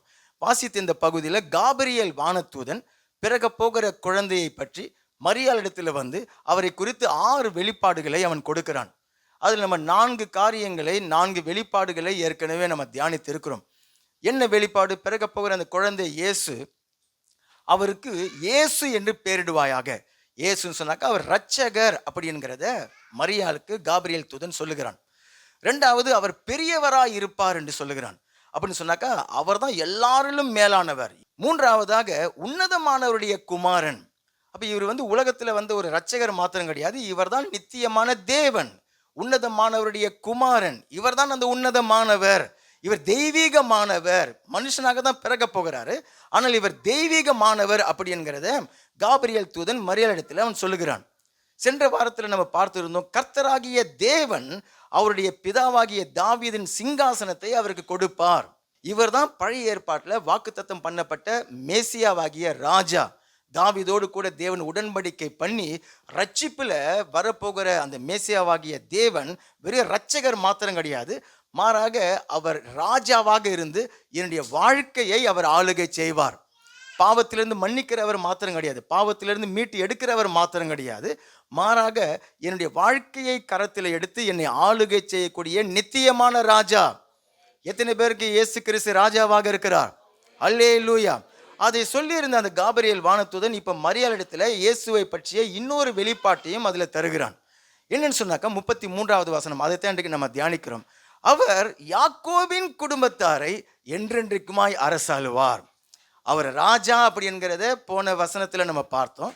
ஆனால் இதில் அவர் யாக்கோபின் குடும்பத்தாரை என்றென்றைக்குமாய் அரசாளுவார் அப்படி என்கிறத காபிரியேல் தூதன் மரியாளிடத்தில் சொல்லுகிறான். இப்போ அந்த வசனத்தில் இஸ்ரவேலின் குடும்பத்தாரை ஆளுகை செய்வார்னு சொல்லி எழுதப்பட்டில்லை, அல்லது தம்முடைய ஜனத்தை ஆளுகை செய்வார் அப்படின்னு சொல்லிட்டு சொல்லப்பட்டில்லை. விசேஷமாக குறிப்பாக யாக்கோபின் குடும்பத்தாரை அவர் அரசாழ்வார், என்றென்றைக்குமாய் அரசாழ்வார் அப்படி என்கிறத வானதூதன் மரியாளிடத்தில் அவன் சொல்லுகிறான். கர்த்தருடைய நாம மகிமை அடைவதாக. இந்த வசனத்தை தியானித்த பொழுது எனக்குள்ள ஒரு பெரிய நம்பிக்கை வந்து விட்டது. பாருங்க, தேவனுடைய வசனம் நமக்கு அதுக்காக தான் எழுதப்பட்டிருக்கிறது. ஆனால் இயேசு ராஜாவாக இருக்கிறார், சபையை ஆளுகை செய்கிறார், சர்வ லோகத்துக்கும் அவர் தான் ராஜா, அவர் சர்வத்தையும் ஆளுகை செய்கிறார், பரலோகத்தின் ராஜா அப்படிங்கிறதெல்லாம் நம்ம தியானித்தோம். ஆனால் அவர் யாரை ஆளுகை செய்கிறார்னாக்கா யாக்கோபின் குடும்பத்தாரை ஆளுகை செய்கிறார். இந்த சத்தியம் இன்றைக்கு நமக்கு வந்து ஒரு பெரிய நம்பிக்கையை அது உண்டாக்கி விடும். ஆமேன். ஏன்னு சொன்னாக்கா யாக்கோபின் குடும்பத்தாரை ஆளுகை செய்கிற ராஜா இவர். ஆமேன். இப்போ யாக்கோபின் குடும்பம் அப்படி சொல்லும் பொழுது யாக்கோபுக்கு 12 பிள்ளைகள், அவர்கள் தான் இஸ்ரவேலுடைய 12 கோத்திரங்களாக அவர்கள் ஆனார்கள். அப்போ அந்த 12 கோத்திரமும் சேர்ந்து தான் யாக்கோபுடைய குடும்பத்தார் என்று சொல்லி அழைக்கப்படுகிறார்கள். ஆனால் இங்கே யாக்கோபின் குடும்பத்தாரை அரசாழ்வார் அப்படி சொல்லி சொல்லும் பொழுது யாக்கோபுடைய தனிப்பட்ட வாழ்க்கையை நம்ம வேத புஸ்தகத்திலிருந்து ஆராய்ந்து பார்க்கும் பொழுது இந்த யாக்கோபை தேவன் தெரிந்து கொண்டு அவனை முன்குறித்து அவனை அழைத்து அவனை வந்து தேவன் சந்தித்து அவனுடைய பெயரை மாற்றி அதிலிருந்து அவனை படிப்படியாக அவனை மறுரூபப்படுத்தி தேவன் விரும்பின அந்த ஒரு சித்தத்துக்குள்ளாக திட்டத்துக்குள்ளாக அவனை கொண்டு வந்து நிறுத்தினார்.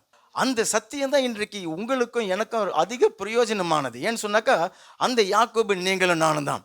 இன்னைக்கு ரட்சிக்கப்பட்ட தேவனுடைய பிள்ளைகளை என் ஆண்டவர் இயேசு கிறிஸ்து அரசாளுகிறவராக இருக்கிறார், ஆளுகை செய்கிறவராக இருக்கிறார். உங்களையும் என்னையும் கூட அவர் அழைத்து இருக்கிறார்.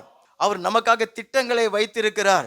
நமக்குள்ளாக அவருடைய சாயலை உருவாக்க அவர் விரும்புகிறார். அதற்காகத்தான் உங்களையும் என்னையும் அவர் ஆளுகை செய்கிறார். ஆனால் நம்ம எப்படியாக இருக்கிறோம்?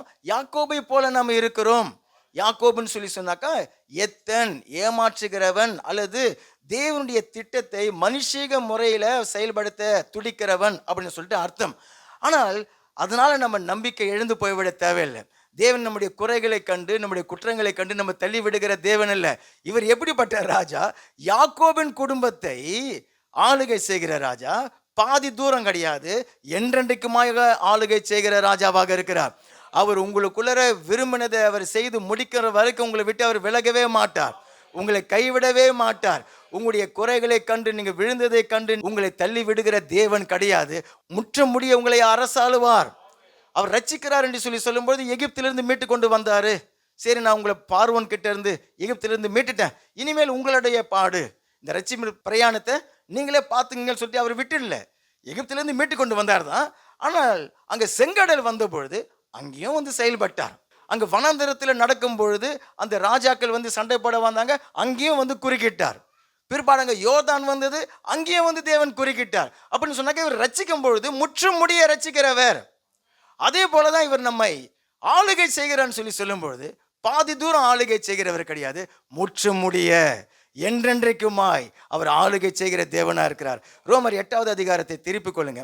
அங்க தேவன் நம்ம எதற்காக அழைத்திருக்கிறார் என்கிற இந்த சத்தியத்தை வேத வசனம் நமக்கு தெரிவிக்கிறது. 28வது வசனத்தை பாருங்க. அன்றியும் அவருடைய தீர்மானத்தின்படி அழைக்கப்பட்டவர்களாய் தேவனிடத்தில் அன்பு கூறுகிறவர்களுக்கு சகலமும் நன்மைக்கு ஏதுவாக நடக்கிறது என்று அறிந்திருக்கிறோம். எத்தனை பேர் தேவனுடைய தீர்மானத்தின்படி அழைக்கப்பட்டிருக்கிறீங்க? கரங்களை உயர்த்துங்க. எத்தனை பேர் தேவனிடத்தில் அன்பு கூறுகிறீர்கள்? அந்த அழைக்கப்பட்டிருக்கிறது தான் ரட்சிப்புல தேவன் நம்மை கொடுத்திருக்கிற அழைப்பு. ரட்சிப்பு தான் மிகப்பெரிய அழைப்பு. ஆமேன். அப்போ நான் தேவனால் அழைக்கப்பட்டிருக்கிறேன், நான் தேவனிடத்தில் அன்பு கூறுகிற மகனாக மகளாக நான் இருக்கிறேன்னு சொல்லும் பொழுது தேவனுடைய வார்த்தை சொல்லுகிறது, சகலமும் நன்மைக்கு ஏதுவாக நடக்கிறது என்று அறிந்திருக்கிறோம். சகலமும் என்ற வார்த்தையில் எது எதெல்லாம் இருக்கிறது? எல்லாமே இருக்கிறது. நீங்க எகிப்திலிருந்து விடுதலை ஆகி அந்த வனாந்தர பிரயாணத்தை தொடங்குறதிலிருந்து கானான் தேசம் போய் சேருகிற வரைக்கும் இருக்கிற எல்லா காரியமும் சகலமும் என்ற அந்த வார்த்தைக்குள்ளாக வருகிறது. உங்களுடைய உயர்வுகள், உங்களுடைய தாழ்வுகள், உங்களுடைய சோர்வுகள், உங்களுடைய உற்சாகங்கள், நீங்கள் சந்திக்கக்கூடிய போராட்டங்கள், பிரச்சனைகள், ஆவிக்குரிய போராட்டங்கள், குடும்ப போராட்டங்கள், பொருளாதார பிரச்சனைகள், சரீரத்தில் பாதிக்கப்படக்கூடிய காரியங்கள், பிள்ளைகளுடைய வாழ்க்கை, கணவருடைய வாழ்க்கை, மனைவியுடைய வாழ்க்கை, ஊழியம், சபை, விசுவாசிகள், எந்த சம்பந்தப்பட்டதான காரியமாக இருந்தாலும் சரி, நான் அழைக்கப்பட்டிருக்கிறேன், நான் அவரை தேடுகிற மகன், நான் அவரை அன்பு கூறுகிற அவருடைய பிள்ளை, அப்படி வார்த்தையின்படி வாழ நான் அர்ப்பணிச்சிருக்கிறேன் அப்படின்னு சொல்லிட்டு சொல்லும்பொழுது சகலமும் நன்மைக்கு ஏதுவாக தேவன் திருப்புவார். சகலமும் நன்மைக்கு ஏதுவாக தேவன் நடத்துவார். அதிலிருந்து எனக்கு கற்றுக் கொடுக்க வேண்டியதை கற்றுக் கொடுப்பார். என்னை மறுரூபப்படுத்த வேண்டியதை மறுரூபப்படுத்துவார். எனக்குள்ள உடைக்க வேண்டியதை அவர் உடைப்பார். எனக்குள்ள உருவாக்க வேண்டிய காரியத்தை அவர் உருவாக்குவார். ஆக மொத்தத்தில் எனக்கு நடக்கிறது எல்லாமே நன்மைக்கு ஏதுவாக அவர் நடத்தி முடித்து விடுவார். விசுவாசிக்கிறவங்க மாத்திரம் அல்லேலூயா சொல்லுங்க. அடுத்த வசனம் சொல்லுகிறது 29, தம்முடைய குமாரன் அநேக சகோதரருக்குள்ளே முதற் பேரானவராக இருக்கும் பொருட்டு தேவன் எவர்களை முன்னறிந்தாரோ அவர்களை தம்முடைய குமாரனுடைய சாயலுக்கு ஒப்பாயிருப்பதற்கு முன் குறித்திருக்கிறார். ஏன் தான் சகலமும் நன்மைக்கு ஏதுவாக நடக்கிறதா? என்ன பாச, ஒரு இழப்பு, ஒரு தோல்வி அல்லது ஒரு தடை, ஒரு பிரச்சனை கூட எப்படி நன்மைக்கு ஏதுவாக நடக்கும்னு சொன்னாக்கா அவர் சொல்றாரு, மொத்தத்தில் தேவனுடைய நோக்கம் என்னன்னு சொன்னாக்கா தம்முடைய குமாரன் இயேசு கிறிஸ்துடைய சாயலில் நம்மை மறுரூபப்படுத்துவது தான் தேவனுடைய நோக்கம். அப்போ நான் கடந்து போகிற பாதை, நான் கடந்து போகிற அந்த சூழ்நிலை, நான் அனுபவித்து கொண்டு இருக்கிற அந்த போராட்டங்கள், அதனால் கூட தேவன் எனக்குள்ளார அவர் உருவாக்க விரும்புகிற அந்த குணங்களை, அந்த சுபாவங்களை, அந்த தன்மைகளை, அவர் மேலே வைக்க வேண்டிய அந்த விசுவாசத்தை, நம்பிக்கையை, நாட்டத்தை, முதல் உரிமையை, முக்கியத்துவத்தை எல்லாம் எனக்குள்ளார உருவாக்கி விடுவார். எத்தனை பேர் விசுவாசிக்கிறீங்க? அல்லேலூயா சொல்லுங்க. கர்த்தருடைய நாம மகிமை அடைவதாக. அடுத்த வசனம் பாருங்க, 30வது வசனத்துல, எவர்களை முன்னறிந்தாரோ அவர்களை அழைத்திருக்கிறார். ஆமீன். நீங்க பிறக்கத்துக்கு முன்னாடியே உங்களை தேவன் முன் அறிந்து விட்டார். இப்ப ரட்சிப்பிலே என்னை அழைக்கிறார்.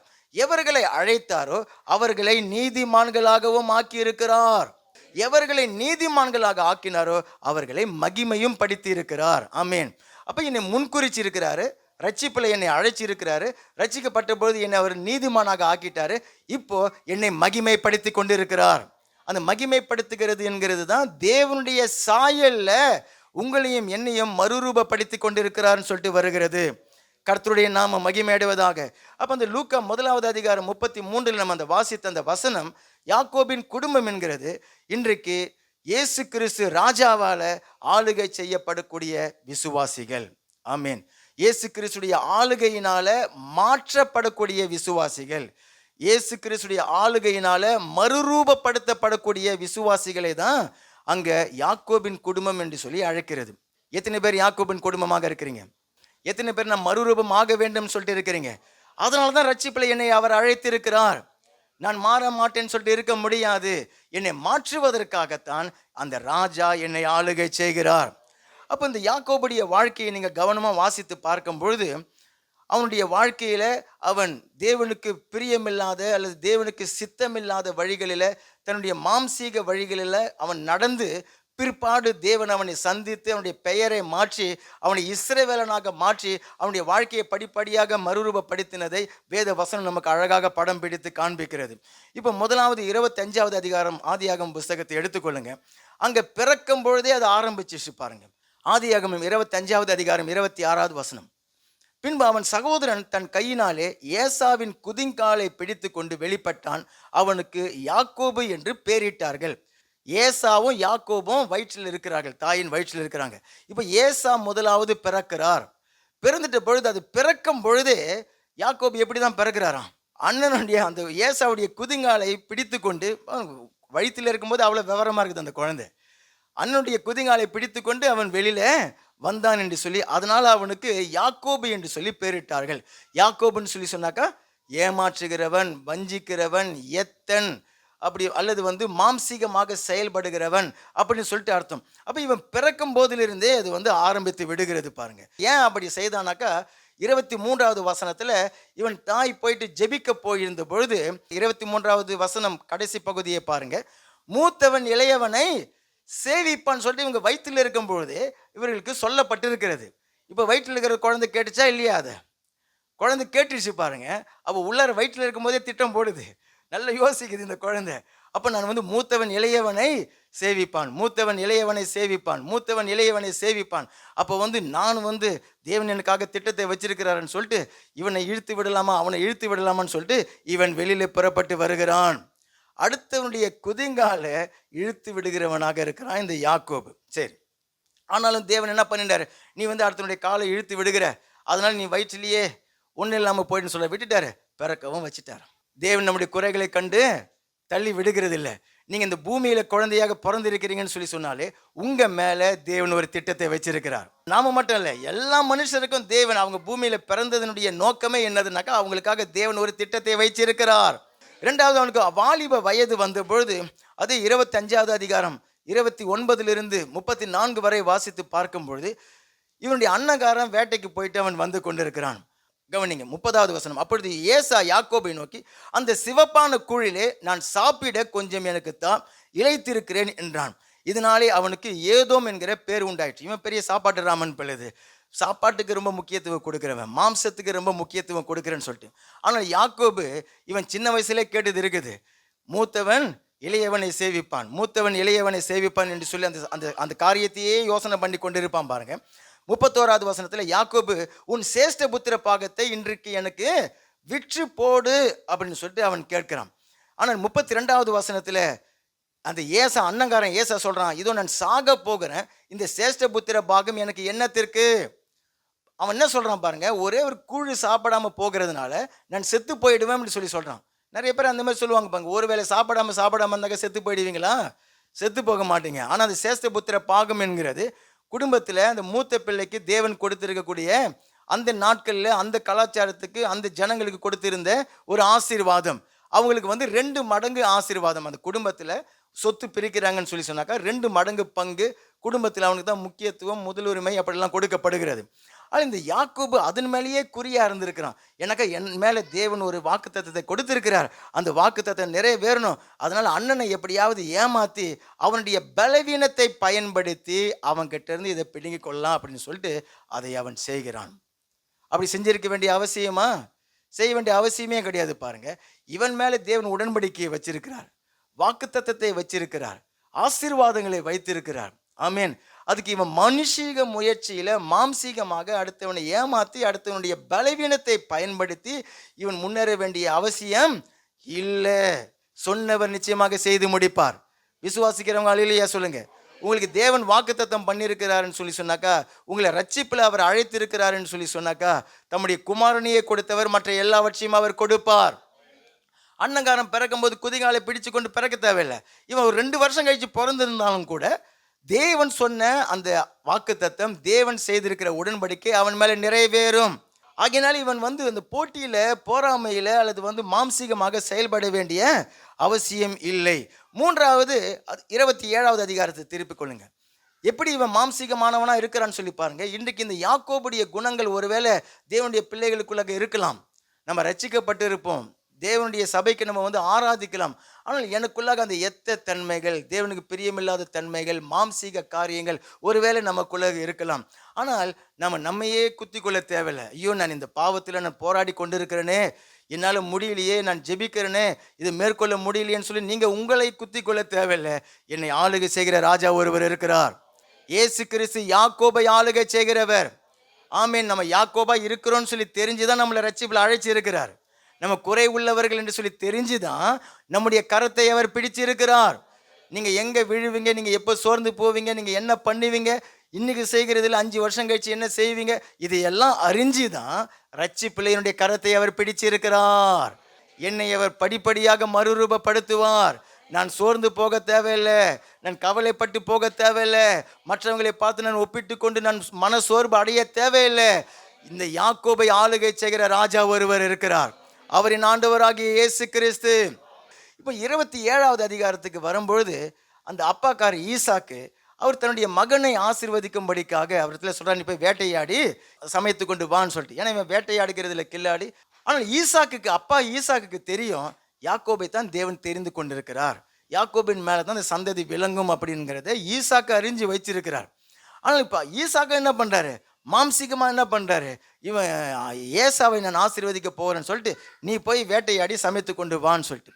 இது அம்மா ரெபேக்கால் அவங்க கேட்டுக்கொண்டு இருந்த பொழுது அவங்களும் யார் மேலே பாசமாக இருக்கிறாங்க, அப்பா ஈசாக்கு ஏசா மேலே பாசமாக இருக்கிறாரு, அம்மா ரெபேக்கால் யாக்கோபு மேலே பாசமாக இருக்கிறாங்க. இப்படி ஒருதலை பட்சமாக நம்ம குடும்பத்தில் அப்படி இருக்கக்கூடாது. ஆமேன். பெற்றவர்கள் எல்லா பிள்ளைகளையும் சமமாக நேசிக்கிறவர்களாக, அன்பு செய்கிறவர்களாக இருக்க வேண்டும். ஆமேன். அந்த பாடங்களை எல்லாம் தேவன் நமக்கு கற்றுக் கொடுக்கிறார். சரி, இப்போ அவ கேள்விப்பட்டுட்டு யாக்கோபோடு கூட சேர்ந்து ஒரு திட்டம் போட்டு, அப்போ கூட யாக்கோபு சொல்கிறான், அப்பா இதுக்கு தெரிஞ்சிச்சுனாக்கா அவர் என் மேலே ஆசீர்வாதம் இல்லை சாபத்து கொடுத்துருவாருன்னு சொல்லிட்டு. ஆனால் அவள் சொல்லுகிறா, இல்லை பரவாயில்ல நான் பார்த்துக்கிறேன், நீ வா அப்படின்னு சொல்லிட்டு அதை திட்டமிட்டு மந்தையில் போயிட்டு ஒரு வெள்ளாட்டுக்குட்டியை பிடித்து கொண்டு வந்து அது நல்லா சுவையாக சமைத்து ஈசாக்கு கிட்ட போயிட்டு கொடுத்து ஆசீர்வதிக்கும்படிக்காக கேட்கிறான். ஈசாக்கும் லேஸ்பட்ட ஆள் கிடையாது பாருங்க. ஏன்னா இந்த ஆசீர்வாதம் அப்பா ஆசீர்வதிச்சிட்டாக்கா இவன் ரொம்ப ஆசீர்வதிக்கப்பட்டவனாக இருப்பான். அதனால் அந்த பகுதியில் ஒரு 6 செக்கிங் கிட்ட பண்ணுறாரு. உன் பேர் என்னன்னு சொல்லி கேட்குறாரு. இவன் யாக்கோபு சொல்கிறான், என் பேர் ஏசா தான் அப்படின்னு சொல்லிட்டு. அப்பா கேட்குறாரு, உனக்கு எப்படிப்பா நீ போய் காட்டில் போயிட்டு வேட்டையாடி கொண்டு வரணுமே, உனக்கு எப்படி இவ்வளோ சீக்கிரமாக கிடைச்சதுன்னு சொல்லிட்டு. அவன் சொன்ன, உம்முடைய தேவனாகிய கர்த்தர் தான் இது செஞ்சது, என்ன வேலை செஞ்சுருக்கிறான் இவன், இப்படிப்பட்ட வேலையை செஞ்சுட்டு ஆனால் தேவனுடைய பெயரை வீணிலே வழங்காதிருப்பாயாக. அப்போ இந்த ஈசாக்கு இப்படியாக பல சோதனைகளை செய்து பார்க்குறான். இவன் எல்லாத்துக்குமே ஆயத்தமாக வந்திருக்கிறான். ஏசாவுக்கு உடம்பெல்லாம் அந்த மிருகத்துக்கு இருக்கிறது போல், ஆட்டுக்கு இருக்கிறது போல் முடி இருக்கும் பாருங்க. அப்போ தடவி பார்க்குறதுக்காக கிட்ட கூப்பிட்றான். இவனும் ஆயத்தமாக ஒரு ஆட்டுடைய தோலை கையில் மேலே போட்டு கொண்டு வந்து அந்த மாதிரியா, சரி கிட்ட வந்து என்னை முத்தம் செய்யி, ஏசாவுடைய வாசனை வேற மாதிரி இருக்கும், யாக்கோபுடைய வாசனை வேற மாதிரி இருக்குன்னு சொல்லி சொன்னாக்கா, இவன் அண்ணங்காரனுடைய ட்ரெஸ்ஸை ஏற்கனவே போட்டு வந்துட்டான். நல்லா திட்டமிட்டு எல்லாத்துக்குமே ஆயத்தமாக வந்துட்டான். அப்பாவும் என்ன பண்ணிட்டாரு, அப்பா வந்து கண்கள் குருடாகி விட்டது, அதனால அப்பாவும் ஆசீர்வதிச்சு விடுகிறார். இப்படியாக அந்த நாளில் அப்பாவையும் ஏமாற்றி அந்த ஆசீர்வாதத்தை பெற்றுக்கொண்டு அவன் ஓடுகிறான் பாருங்க. இப்போ இவன் நினச்சிருப்பான், நம்ம போடுற திட்டமெல்லாம் கரெக்டாக வாய்க்குது, வயிற்றில் இருக்கும்போது அண்ணங்காரனுடைய குதிகாலை இழுத்தோம், பரவாயில்ல நம்ம வெளியில் வந்துட்டோமே, அண்ணங்காரங்கிட்ட ஏமாற்றி புத்திர பாகத்தை கொடுன்னு சொல்லி கேட்டோம், அதுவும் நடந்துடுச்சு, அப்போ நான் வந்து கரெக்டாக தான் செஞ்சு கொண்டு இருக்கிறேங்கிறது போல யாக்கோபு நினைச்சிட்டு இருக்கலாம். அப்பா கிட்ட வந்து அந்த ஆசீர்வாதத்தை பெற்றுக்கொள்வதற்காக தந்திரமான காரியங்களை செய்கிறான். அப்பாவும் அங்கே என்ன பண்ணிடுறாரு, அவனை ஆசீர்வதித்து விடுகிறான். நம்ம செய்கிற காரியங்கள் வாய்க்குதுங்கிறதுனால தேவன் அதை அனுமதிக்கிறான்னு சொல்லிட்டு அர்த்தம் கிடையாது. ஆமேன். தேவன் ஒரு நாளை வைத்திருக்கிறார், என்னை சந்திக்கிற ஒரு நாளை வைத்திருக்கிறார், என்னை அவருடைய ட்ராக்கில் கொண்டு வந்து விடுவதற்காக ஒரு நாளை வைத்திருக்கிறார். அப்போ அது வரைக்கும் அவர் என்ன பண்ணுறாரு, அறியாத காலத்தில் அறியாதவரை போல அவர் நம்மை விட்டு விடுகிறார். ஆமேன். ஆனால் இப்போ காலம் சமீபித்து விட்டது, காலம் வந்து விட்டது, இனி தாமதமாகாது. கர்த்தர் இந்த யாக்கோபை அவர் சந்திக்க விரும்புகிறார். ஆமேன். 28வது அதிகாரத்தில் இவன் மாமா லாபானுடைய வீட்டுக்கு யாக்கோபு ஓடிக்கொண்டிருக்கிறான் பாருங்க. அங்கே தேவன் வந்து அவனுக்கு தம்மை வெளிப்படுத்துகிறார். நானும் என்னுடைய ஓட்டத்தில் ஓடிக்கொண்டிருக்கும் போது நல்லா கவனிங்க, நம்ம வந்து தேவனுடைய வழியை விட்டு நம்ம ஓடிக்கொண்டிருக்கும் போது தேவன் வந்து உங்களை சந்திப்பார். உங்களுக்கு தம்மை அவர் வெளிப்படுத்துவார். தேவன் சந்திக்கிற விதத்தில் 2 விதம் இருக்கிறது. சில நேரத்தில் தேவன் சந்தித்து அவருடைய சீர்திருத்தத்தை அவர் உண்டு பண்ணுவார். இன்னும் நேரத்தில் அவர் சந்தித்து நம்ம மேலே எவ்வளோ அன்பாக இருக்கிறேன், உங்களுக்காக எவ்வளோ பெரிய வாக்குத்தத்தத்தை வைத்திருக்கிறேன், உங்களுக்காக எவ்வளோ பெரிய திட்டத்தை வைத்திருக்கிறேன் அப்படின்னு சொல்லி தேவன் நம்மை மறுபடியும் தேற்றுகிறதையும் நீங்கள் நான் அனுபவிப்போம். எத்தனை பேர் அப்படியாக அனுபவிக்கிறீங்க? நீங்கள் நினச்சிடக்கூடாது தேவன் சந்திக்கிறார் அப்படி சொல்லும்போது சில நேரத்தில் நம்ம ஜெபிப்போம், ஆண்டவரே அவர்களை சந்தியும், ஆண்டவரே அவர்களை சந்திங்க அப்படின்னு சொன்னாக்க என்ன கேட்குறாங்க? ஆண்டவரே 2 போடுங்க அப்படி சொல்கிறத கேட்குற மாதிரி நம்ம நினச்சின்னு இருப்போம். தேவன் நம்மளை விட கோடி மடங்கு அன்பானவர். தேவன் நம்ம காட்டிலும் நல்ல வேளை அவர் நம்மளை விட அன்பானவராக இருக்கிறார். அவர் தேவனாக இருக்கிறார். நான் கடவுளாக இருந்தால் என்ன பண்ணியிருப்பேன்? ஆமீன். நான் கடவுளாக இருந்தாக்கா 2 சாத்துன்னு தான் நம்ம நினைப்போம் பாருங்க. ஆனால் அவர் அன்பான தேவன். யாக்கோபை தேவன் வந்து அங்கே சந்திக்கிறார். சந்தித்து ஒரு ஏணி இருக்கிறது, அந்த ஏணி மேலே தேவன் அமர்ந்து கொண்டிருக்கிறது போலவும், அந்த ஏணியில் வானதூதர்கள் ஏறுகிற வண்ணமாகவும் இறங்குகிற வண்ணமாகவும் அங்கே காண்பிக்கப்படுகிறது. அதுதான் கல்வாரி சிலுவை. வானத்தையும் பூமியையும் இணைக்கிற ஒரு பாலமாக ஆண்டவராக இயேசு கிறிஸ்து தேவனையும் மனுஷனையும் இணைக்கிற ஒரு பாலமாக கல்வாரி சிலுவையிலே தன்னை ஒப்பு கொடுத்தார். பாவ மனுஷன் பரிசுத்தமான தேவனை நெருங்கவே முடியாது. ஆனால் தேவனோடு நம்மை இணைக்கிற பாலம் கல்வாரி சிலுவை, கர்த்தராகிய இயேசு கிறிஸ்துடைய சிலுவை மரணம். ஆமீன். இன்றைக்கு என்னுடைய ஜெபங்களை தேவன் கேட்கிறார். தேவனிடத்திலிருந்து எனக்கு ஆசீர்வாதம் இறங்கி வருகிறதுன்னு சொன்னாக்கா, இயேசு கிறிஸ்து உங்களுக்காக கல்வாரி சிலுவையில் ரத்தம் சிந்தி மரித்து இருக்கிறார். வேற யாரும் உங்களுக்காக மரிக்கவில்லை. அப்போ தேவன் அங்கே சிலுவையை குறித்த வெளிப்பாட்டை அவனுக்கு அங்கே காண்பிக்கிறார். காண்பித்து விட்டு இப்போ 14வது வசனத்தில் அவனுக்கு வாக்குத்தத்தத்தையும் பண்றாரு, உடன்படிக்கையும் பண்றார். உன் சந்ததி பூமியின் தூளை போல இருக்கும், நீ மேற்கையும் கிழக்கையும் வடக்கையும் தெற்கையும் பரம்புவாய், உனக்குள்ளரும் உன் சந்ததிக்குள்ளரும் பூமியில் உள்ள வம்சங்கள் எல்லாம் ஆசீர்வதிக்கப்படும். இது என்ன சொல்றாரு? அவனுக்காக வைத்திருக்கிற திட்டம், அவனுக்காக வைத்திருக்கிற வாக்குத்தத்தங்கள், அவனுக்காக வைத்திருக்கிற உடன்படிக்கைகளை தேவன் அங்கே சொல்லுகிறார். சொல்லிட்டு 15வது வசனத்தில், நான் உன்னோடு இருந்து நீ போகிற இடத்திலெல்லாம் உன்னை காத்து இந்த தேசத்துக்கு உன்னை திரும்பி வர பண்ணுவேன், நான் உனக்கு சொன்னதை செய்யும் அளவும் உன்னை கைவிடுவது இல்லை. மனுஷர்களால் துரத்தப்பட்டு கொண்டிருக்கிறான். இவனுடைய தவறு, இவனுடைய பாவம், இவனுடைய தில்லுமுள்ளினால் இவன் ஓடிக்கொண்டிருக்கிறான். மனுஷர்களுக்கு பயந்து ஓடிக்கொண்டிருக்கிறான். ஆனால் இவனை சந்திக்க வந்த தேவன் சொல்றாரு, நான் உன் கூட இருக்கிறேன். ஆமேன். நான் உனக்கு சொன்னதை நான் செய்யும் அளவும் உன்னை விட்டு நான் விலக மாட்டேன். நான் உனக்கு இந்த உடன்படிக்கையை பண்ணுகிறேன், கல்வாரி சிலுவையை குறித்த வெளிப்பாட்டை நான் உனக்கு கொடுக்கிறேன் அப்படின்னு சொல்லிட்டு ஆண்டவர் இயேசு கிறிஸ்து அதை வெளிப்படுத்துகிறார். என் ஆண்டவர் அன்பானவர். எத்தனை பேர் விசுவாசிக்கிறீங்க? என்னை ஆளுகை செய்கிற ராஜா அவர். ஆமேன். அதுக்கு அடுத்ததாக அவனுக்கு பெத்தேல் குறித்து அங்கே வெளிப்பாட்டை கொடுக்கிறார். அந்த பெத்தேல் தேவனுடைய சபை. சிலுவையை குறித்து வெளிப்பாட்டை கொடுக்கிறார், வாக்கு தத்தத்தை பண்ணுகிறார், உடன்படிக்கையை பண்ணுகிறார், உன்னோடு கூட இருப்பேன்னு சொல்றார். சபையை குறித்து வெளிப்பாட்டை அவருக்கு தருகிறார். எத்தனை பேர் சபையை குறித்து வெளிப்பாட்டை பெற்றிருக்கிறீங்க? இது தேவனுடைய வீடு என்ற வெளிப்பாட்டை எத்தனை பேர் பெற்றிருக்கிறீங்க? இது தேவன் தங்கியிருக்கிறார்ங்கிறத எத்தனை பேர் வெளிப்பாட்டை பெற்றிருக்கிறீங்க? தேவனுடைய பிள்ளைகள் தேவ சபையில கூடி வரணுங்கிற வெளிப்பாட்டை எத்தனை பேர் பெற்றிருக்கிறீங்க? யாக்கோபுக்கு தேவன் அந்த வெளிப்பாட்டை கொடுக்கிறார். அவளை வெளிப்பாட்டை பெற்றுக்கொண்டு அவன் தேவனோடு கூட ஒரு பொருத்தனை பண்ணி கொள்ளுகிறான். பொருத்தனை பண்ணி 21வது வசனத்தில், என்னை என் தகப்பன் வீட்டுக்கு சமாதானத்தோடு திரும்பி வர பண்ணுவாரானால் கர்த்தர் எனக்கு தேவனாக இருப்பார், நான் தூணாக நிறுத்தின இந்த கல் தேவனுக்கு வீடாகும், தேவரீர் எனக்கு தரும் எல்லாவற்றிலும் உமக்கு தசமபாகம் செலுத்துவேன் என்று சொல்லி பொருத்தனை பண்ணி கொண்டான். நல்ல ஒரு பொருத்தனை தான். நான் பலி செலுத்துவேன், தசமபாகம் கொடுப்பேன்லாம் பொருத்தனை பண்ணி கொள்ளுகிறான் தான்.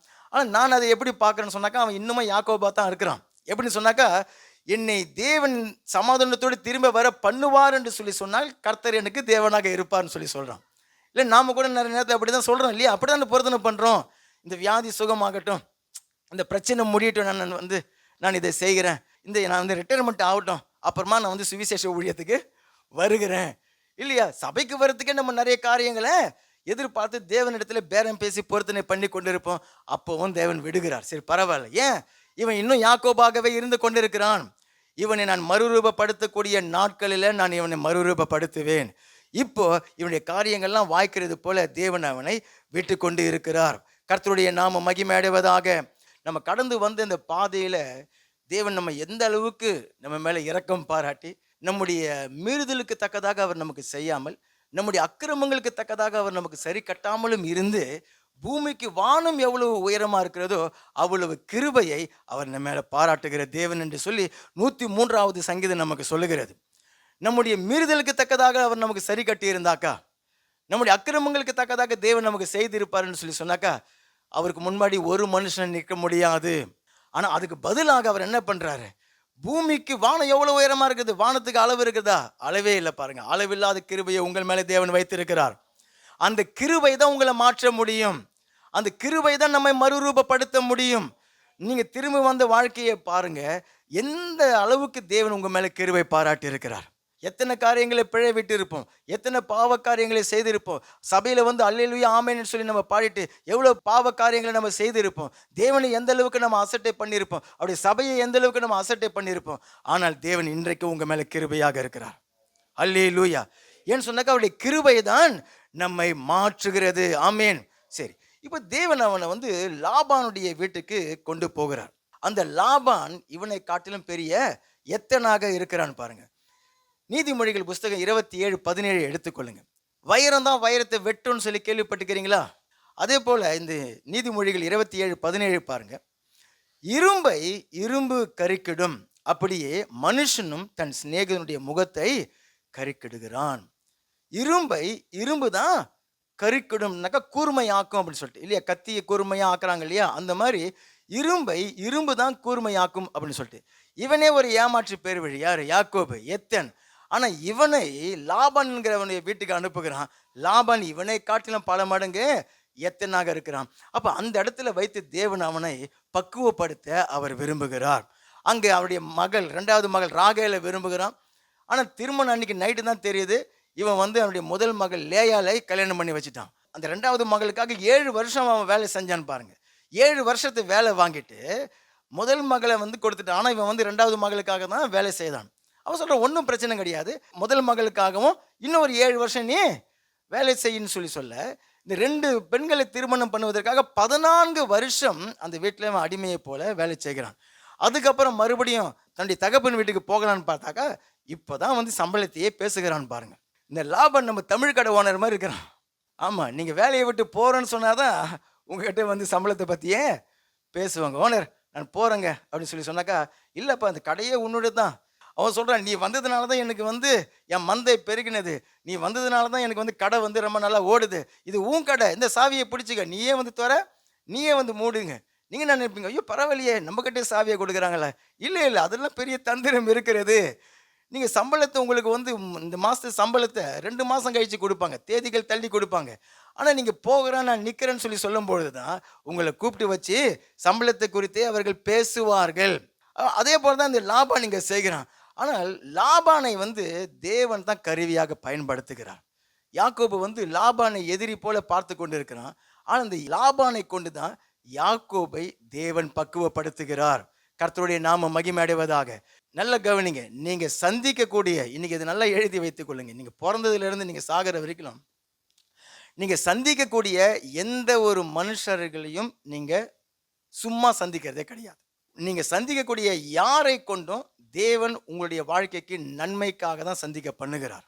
நீங்க சந்திக்கக்கூடிய எந்த சூழ்நிலையாக இருந்தாலும் சரி, அந்த சூழ்நிலை மூலியமாக நீங்க தேவனுடைய தீர்மானத்தின்படி அழைக்கப்பட்டவர்களாக இருந்தால் சொல்றேன், நீங்க தேவனிடத்தில் அன்பு கூறுகிறவர்களாக இருப்பீங்கன்னு சொன்னா, நல்லவங்களாக இருந்தாலும் சரி, கெட்டவர்களாக இருந்தாலும் சரி, நல்ல சூழ்நிலையாக இருந்தாலும் சரி, கெட்ட சூழ்நிலைகளாக இருந்தாலும் சரி, அவைகள் மூலியமாக தேவன் உங்களை அவருடைய சாயலில் அவர் மறுரூபப்படுத்தி விடுவார்.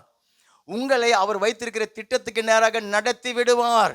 கெட்ட மனுஷர்களாக இருக்கலாம், உங்க மேல பொறாமை உடையவர்களாக இருக்கலாம், உங்க மேல எதிரியை போல பேசலாம், அல்லது உங்களுக்கு வஞ்சகமாக செய்யலாம். உங்களுக்கு எந்த சூழ்நிலைகள் இருந்தாலும் சரி, நீங்க தேவனை அன்பு கூறுகிற மகள், நீங்க தேவனை அன்பு செய்கிற மகனாக இருப்பீங்கன்னு சொன்னாக்கா யாரும் உங்களுக்கு எதிரியாக இருக்க முடியாது. கர்த்தருடைய நாம மகிமை அடைவதாக.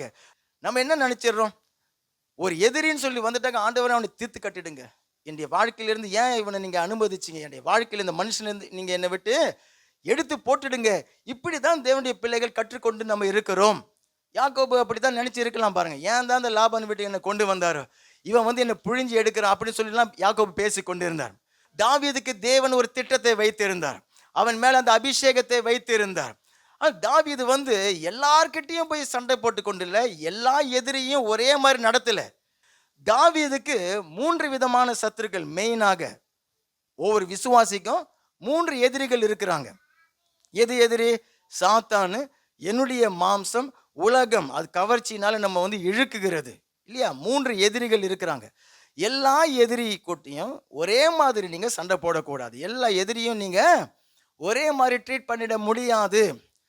அவன் அபிஷேகம் பண்ணப்பட்ட பொழுது கோலியாத்தை அவன் சந்தித்தான். அந்த கோலியாத்து சாத்தானுக்கு அடையாளமாக இருக்கிறான். 1 சாமுவேல் 17 தாவீது அவனை பார்த்து பயந்து ஓடவில்லை, ஓடி ஒளியவில்லை. அவனை எதிர்கொண்டு போய் கூழாங்கலினால் அவனை அடித்து அவன் கீழே விழுந்து அவனுடைய பட்டயத்தினாலே அவனுடைய தலையை வெட்டி அந்த தலையை எடுத்துட்டு போயிட்டு எருசலேம் பக்கத்தில் நட்டுட்டு வந்துட்டான். அந்த சம்பவம் ஆண்டவராக இயேசு கிறிஸ்து சாத்தானை சிலுவையிலே ஜெயித்ததற்கு அடையாளம். அவனுடைய தலையை நசுக்கி விட்டார். இன்றைக்கு தேவனுடைய பிள்ளைகள் சாத்தானுடைய கிரியைகள் கூட நீங்க வந்து சமரசம் பண்ணிக்கொள்ளக்கூடாது. எதிர்த்து நின்று யுத்தம் பண்ணி அவனை ஜெயிக்க வேண்டும். பட்டயத்தை பயன்படுத்துகிறோம், வாக்குத்தத்தங்களை பயன்படுத்துகிறோம். சாத்தானுடைய காரியங்கள், சாத்தானுடைய கிரியைகளை நீங்கள் அழித்து போட வேண்டும். ஆட்டுக்குட்டியானுடைய ரத்தத்தினால, சாட்சியின் வசனத்தினால சாத்தானை ஜெயம் கொள்வீர்கள். ஆமேன். ஜெயம் கொண்டோம் என்று சொல்லி வேதம் சொல்லுகிறது. 2வது ஒரு எதிரி இருந்தான். யாரு? சவுல் ராஜா. அவனுடைய ஃபுல் டைம் பிசினஸ் என்ன ஆயிடுச்சு? இந்த தாவீதை துரைத்து கொண்டு அவனை கொலை செய்ய வேண்டும் என்பதாகத்தான். இந்த சவுல் ராஜா நமக்குள்ள இருக்கக்கூடிய மாம்சத்துக்கு அடையாளமாக இருக்கிறது. தாவீதும் எனக்குள்ளார தான் இருக்கிறாரு, சவுலும் எனக்குள்ளார தான் இருக்கிறாரு. நான் தான் அந்த தாவீது, நான் தான் அந்த சவுல். ஆமேன். அப்ப இந்த மாம்சம் ஆவிக்கு விரோதமாகவும் ஆவி மாம்சத்துக்கு விரோதமாகவும் யுத்தம் பண்ணி கொண்டிருக்கிறது. என்னுடைய மாம்சம் எழும்புகிறது. கோபங்கள், எரிச்சல்கள், பகைகள், விரோதங்கள், காய்மக்காரங்கள், சண்டைகள், வாக்குவாதங்கள் இதெல்லாம் எனக்குள்ள இருந்து கொண்டு எழும்பி கொண்டிருக்கிறது. ஆனால் தாவீது சவுல் ராஜாவை கொலை செய்ய நினைக்கவே இல்லை. பாருங்க, பல தடவை அவனுக்கு வாய்ப்பு கிடைத்த பொழுது கூட அவன் சொல்றான், இவர் அபிஷேகம் பண்ணப்பட்டவர், இவர் மேல நான் கை போட மாட்டேன். இவர் வந்து வயசு வந்து தானாக செத்து போனால் செத்து போகட்டும், அல்லது வந்து யுத்தத்துக்கு போகும்போது சத்துருகள் கிட்ட மாட்டிக்கொண்டு அந்த எதிரிகளால் கொல்லப்படட்டும், அல்லது வந்து தேவனே இவரை அடித்தால் செத்து போகட்டும், மற்றபடி நான் இந்த சவுல் ராஜாவை தொட மாட்டேன் அப்படின்னு சொல்லிட்டு.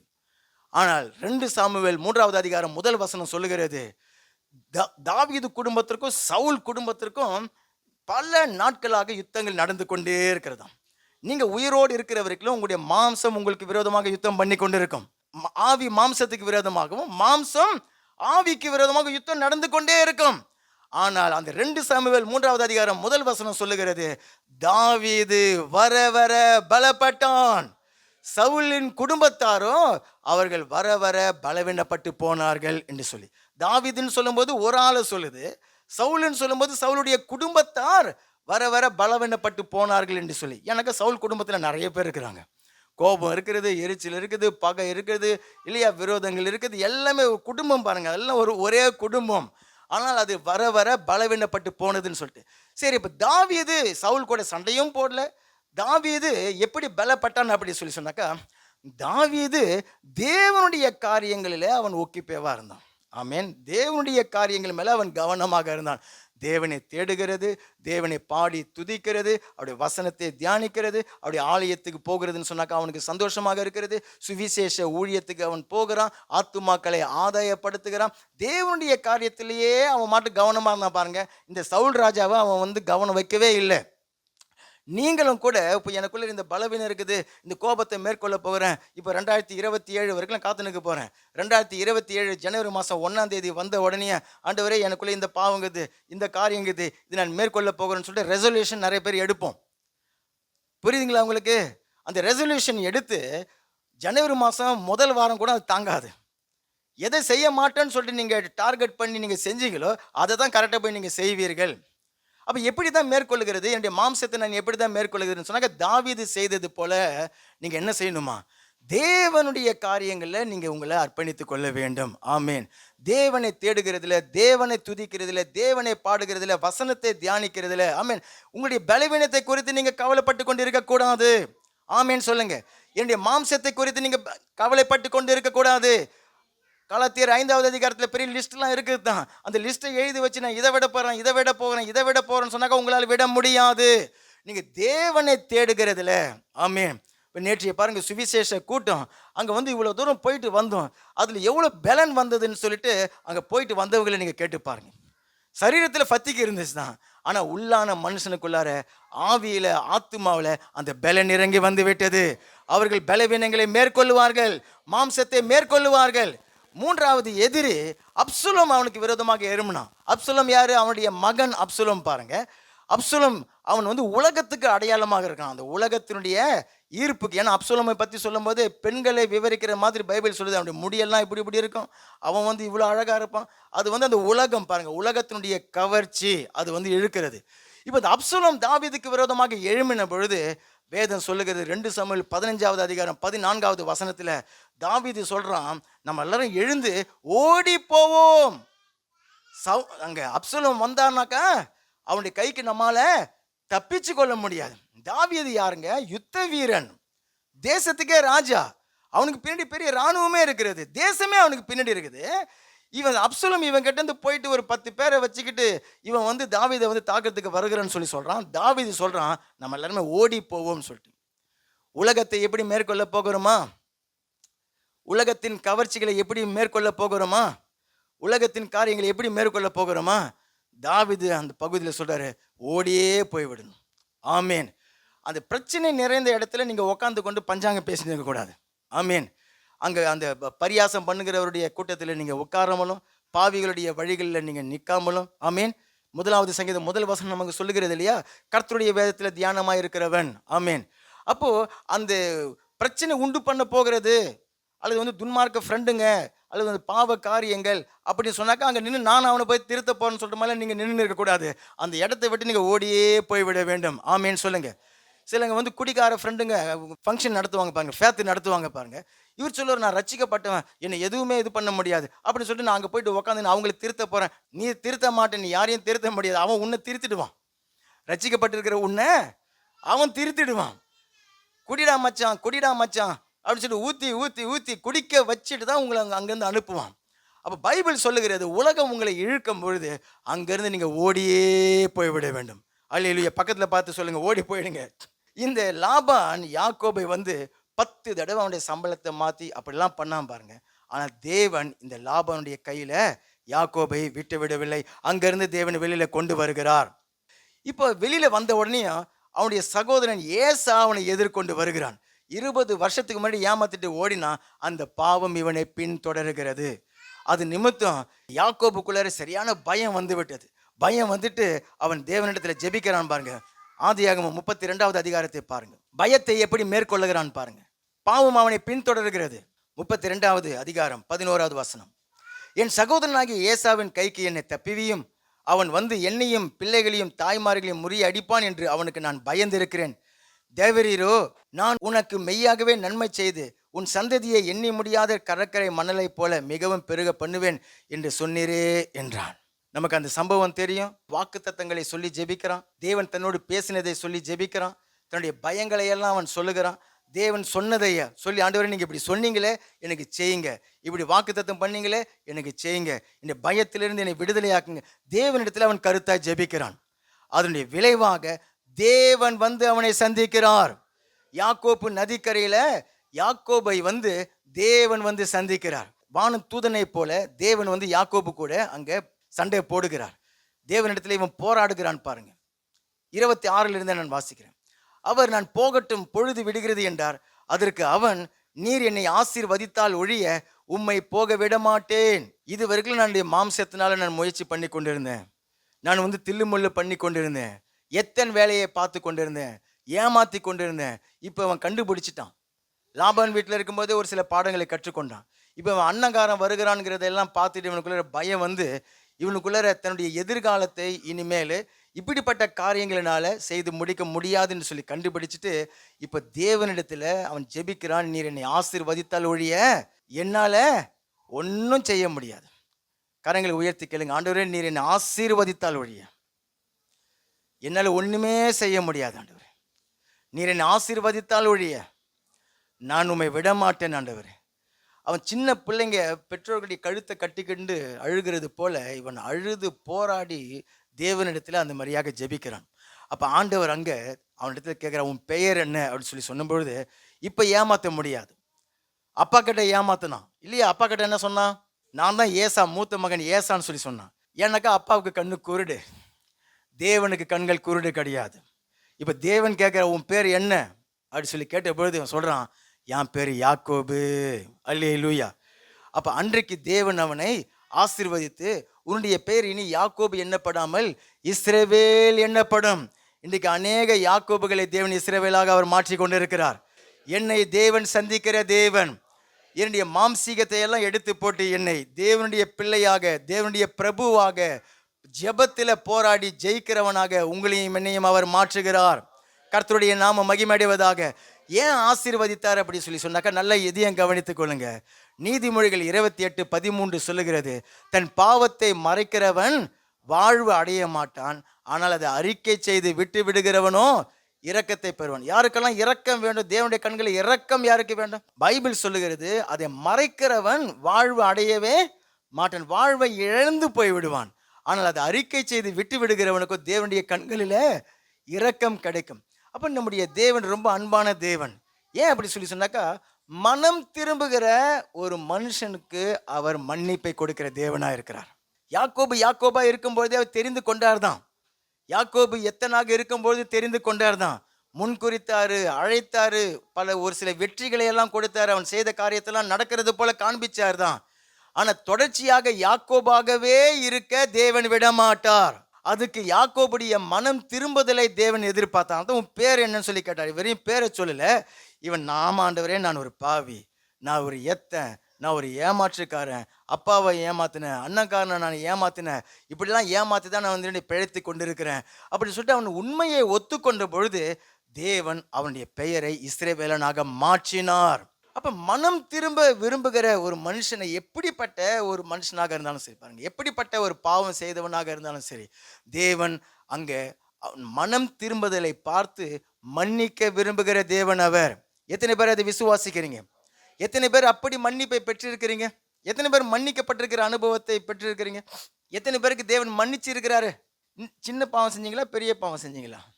சின்ன பாவம் பெரிய பாவம்னு சொல்லிட்டுலாம் கிடையாது. நமக்கு தான். இப்போ இவங்க சின்ன பாவம் செஞ்சாங்க, அவங்க பெரிய பாவம் செஞ்சாங்க, அவர் ஒரு அரைவாசி பாவம் செஞ்சாங்க, அவர் முக்கால்வாசி பாவம் செஞ்சாங்க, நம்ம தான் நமக்குள்ளே கணக்கு போட்டு அளவு போட்டுன்னு இருப்போம். தேவனுடைய பார்வையில் எல்லா பாவங்களும் பாவங்கள் தான். அப்போ நான் அந்த மன்னிப்பை பெற்றிருக்கிறேன், நான் அவரிடத்துல அந்த இரக்கத்தை பெற்றிருக்கிறேன், அந்த கிருபையை பெற்றிருக்கிறேன். ஏன்னு சொன்னாக்கா, நான் அந்த குறிப்பிட்ட பாவத்துக்கு நான் மனம் திரும்பினேன். ஆமேன். அதே போல தான் தேவன் இன்னொருத்தரையும் அவர் மன்னிக்க விரும்புகிறார், இன்னொருத்தருக்கும் இரக்கம் பாராட்ட விரும்புகிறார். இன்னொருத்தருடைய மனம் திரும்புதலுக்காக தேவன் எதிர்பார்த்து காத்து கொண்டிருக்கிறார். மனம் திரும்புகிற யாராக இருந்தாலும் சரி, எப்படிப்பட்ட பாவம் செய்தவர்களாக இருந்தாலும் சரி, தேவன் அவர்களுக்கு மன்னித்து புது வாழ்க்கையை கொடுக்க தேவன் ஆயத்தமா இருக்கிறார். விசுவாசிக்கிறவங்க மாத்திரம் அல்லேலூயா சொல்லுங்க. 1 யோவான் 1:9 அதனால தான் சொல்லுகிறது, நம்முடைய பாவங்களை நாம் அறிக்கையிட்டால் பாவங்களை நமக்கு மன்னித்து எல்லா அநியாயத்தையும் நீக்கி நம்மை சுத்திகரிப்பதற்கு அவர் உண்மையும் நீதியும் உள்ளவராயிருக்கிறார். பாவத்தை தேவன் மன்னிக்க வேண்டும் சொல்லிட்டு எத்தனை பேர் விரும்புகிறோம்? எனக்கு தேவனுடைய கண்களில் இரக்கம் வேண்டும் சொல்லிட்டு எத்தனை பேர் விரும்புகிறோம்? எனக்கு ஒரு புது வாழ்க்கை வேண்டும் சொல்லிட்டு எத்தனை பேர் விரும்புகிறோம்? அப்படின்னு சொல்லி சொன்னாக்கா, அந்த பாவத்தை மறைக்காமல் அந்த பாவத்தை தேவனிடத்தில் அறிக்கை செய்து விட்டுவிட மனதான இருக்க வேண்டும். ஒரு பிரச்சனையை நம்ம மாட்டிக்கொள்ளும் பொழுது நம்ம கிட்ட வந்து கேட்டால் நம்ம என்ன சொல்லுவோம்னாக்கா, இந்த எப்படியாவது இந்த பிரச்சனை முடியணும், எப்படியாவது இந்த பிரச்சனையிலேருந்து விடுதலை ஆயிடணும், எப்படியாவது இந்த பிரச்சனையிலேருந்து தேவனை காப்பாற்றணும், எப்படியாவது சொல்லிட்டு. யாக்கோபு கூட அப்படி தான் நினச்சிருப்பேன், என்னை ஆசீர்வதித்தால் ஒழிய விட மாட்டேன். நல்ல ஜபலாம் நல்லா தான் இருக்குது, என்னை ஆசீர்வதித்தால் ஒழிய விட மாட்டேன்னா பரவாயில்லையே, தேவனிடத்திலே நல்லா போராடி ஜெபிக்கிறானே அப்படின்னு சொல்லி நம்ம நினச்சிருப்போம். தேவன் கேட்குற, தம்பி உன் பேர் என்ன அப்படின்றாரு. இப்போ அவன் சொல்கிறான் யாக்கோபு அப்படின்னு சொன்னாக்கா, தன்னுடைய பாவத்தை அவன் ஒப்புக்கொள்ளுகிறான். அல்லேலூயா. அப்போதான் தேவன் அவனை இஸ்ரவேலாக மாற்ற விரும்பினார். ஆமேன். இஸ்ரவேலாக மாற்றினார். ஆண்டவரே நான் மனம் திரும்ப விரும்புகிறேன். ஆண்டவரே கேளுங்க, மனம் திரும்ப விரும்புகிறேன் அப்பா. மனம் திரும்ப எத்தனை பேர் மனம் திரும்ப விரும்புகிறோம்? கரங்களை உயர்த்தி காண்பீங்க. நம்ம எல்லாருமே யாக்கோபு, அதில் வந்து எந்த சந்தேகமும் வேண்டாம். எனக்குள்ள பாவம் இல்லை என்பதனால நான் என்னையே வஞ்சிக்கிறேன்னு சொல்றதுக்கு முன்னாடி வசனம் சொல்லுகிறது, எனக்குள்ள பாவம் இருக்கிறது, நான் மாற்றப்பட வேண்டியவன். ஆமேன். நான் மறுரூபப்படுத்தப்பட வேண்டியவன். ஆண்டவரே நான் பாவத்தை அறிக்கை செய்து அதை விட்டுவிட நான் மனதாக இருக்கும் பொழுது தேவன் ஒரு புது வாழ்க்கையை கொடுப்பார். எனக்கு ஒரு புது வாழ்க்கையை தேவன் கொடுப்பார், ஆசீர்வாதமான வாழ்க்கையை கொடுப்பார். அந்த இடத்துக்கு அவன் அந்த யாப்போக்கு நதிக்கு வந்து பெனியேல் சொல்லிட்டு பேர் வைக்கிறான் பாருங்க. பெனியேல் சொன்னாக்கா தேவனுடைய முகம். ஆமீன். இது வரைக்கும் தேவனுடைய முகம் அவனுக்கு வந்து மறைக்கப்பட்டிருந்தது. இப்போ தேவனுடைய முகம் அவன் மேலே பிரகாசிக்கிறது. 31வது வசனம் சொல்லுகிறது, அவன் பெனியேலை கடந்து போகையில் சூரியன் உதயமாயிற்று. அவனுடைய வாழ்க்கையில வெளிச்சம் உதிக்க ஆரம்பிச்சு விட்டது. நீ பாவத்திலே வாழ்ந்து கொண்டே யாக்கோபாக இருந்து கொண்டே என்ன ஆசீர்வதிங்கன்னு சொன்னாக்க ஆசீர்வதிக்க மாட்டார். அவனுடைய தொடை சந்தை வர ஆண்டவர் தொட்டுட்டாரு. இப்போ நொண்டி நொண்டி நடக்கிறான். இவனுடைய மாம்ச பலத்தை ஆண்டவர் உடைக்காம அவரால் ஆசீர்வதிக்க முடியாது. எத்தனை பேர் அதை விசுவாசிக்கிறீங்க? எத்தனை பேர் அதை விசுவாசிக்கிறீங்க? எத்தனாகிய யாக்கோபை தேவன் இந்த யாப்போக்கு நதிக்கரையில வந்து சந்தித்தார். அவன் பாவத்தை எல்லாம் தேவனிடத்தில் அறிக்கை செய்து ஒப்புக்கொண்டான். அப்போ யாக்கோபை தேவன் இஸ்ரவேலராக மாற்றினார். பேரை மட்டும் மாத்திடல, அவருடைய வாழ்க்கையையே அவர் அன்றிலிருந்து மாற்ற ஆரம்பித்தார். ஆமீன். எனக்கு கூட ஒரு பேரை வச்சிருக்கிறார். என்ன பெயர்? தேவனுடைய மகன், தேவனுடைய மகள். ரட்சிப்பில் நம்ம பாவத்தை எல்லாம் அறிக்கை செய்த பொழுது உங்களுக்கு எனக்கும் தேவனுடைய பிள்ளை என்கிற பெயரை அவர் வைத்து விட்டார். சொன்னால் என்ன அர்த்தம்? அன்றிலிருந்து அந்த யாக்கோபுடைய வாழ்க்கையை தேவன் கரத்தில் எடுத்துக்கொண்டு படிப்படியாக அவனுடைய வாழ்க்கையை அவர் மாற்ற ஆரம்பித்தார். நீங்கள் வாசித்த அதே பகுதியில் நீங்கள் தொடர்ச்சியாக பார்க்கும் பொழுது அந்த தந்திரமாக நடந்தவனை இப்போ தாழ்மையுடையவனாக மாற்றுகிறார். அன்னகாரன் வருகிறான். அன்னகாரனுக்கு முன்னாடி போயிட்டு இவன் 7 தடவை விழுந்து விழுந்து பணிந்து அவனுக்கு வெகுமதிகளெல்லாம் கொடுத்து அவனோடு கூட அவன் ஒப்புரவாகுகிறான். அல்லேலூயா. இவன் தான் மாற்றப்பட்டவன். வரக்கூடிய அண்ணன் ஏசா அவன் மாறி இருக்கிறானா இல்லையான்னு சொல்லிட்டு இவன் பார்க்கல பாருங்க, இவன் மாறிட்டான். இஸ்ரவேல் என்று சொல்லி பெயரை பெற்றது மாத்திரம் கிடையாது, தந்திரமாக நடந்தவனை அந்த சூழ்நிலையிலிருந்து தாழ்மையுடையவனாக தேவன் அவனை மாற்றினார்.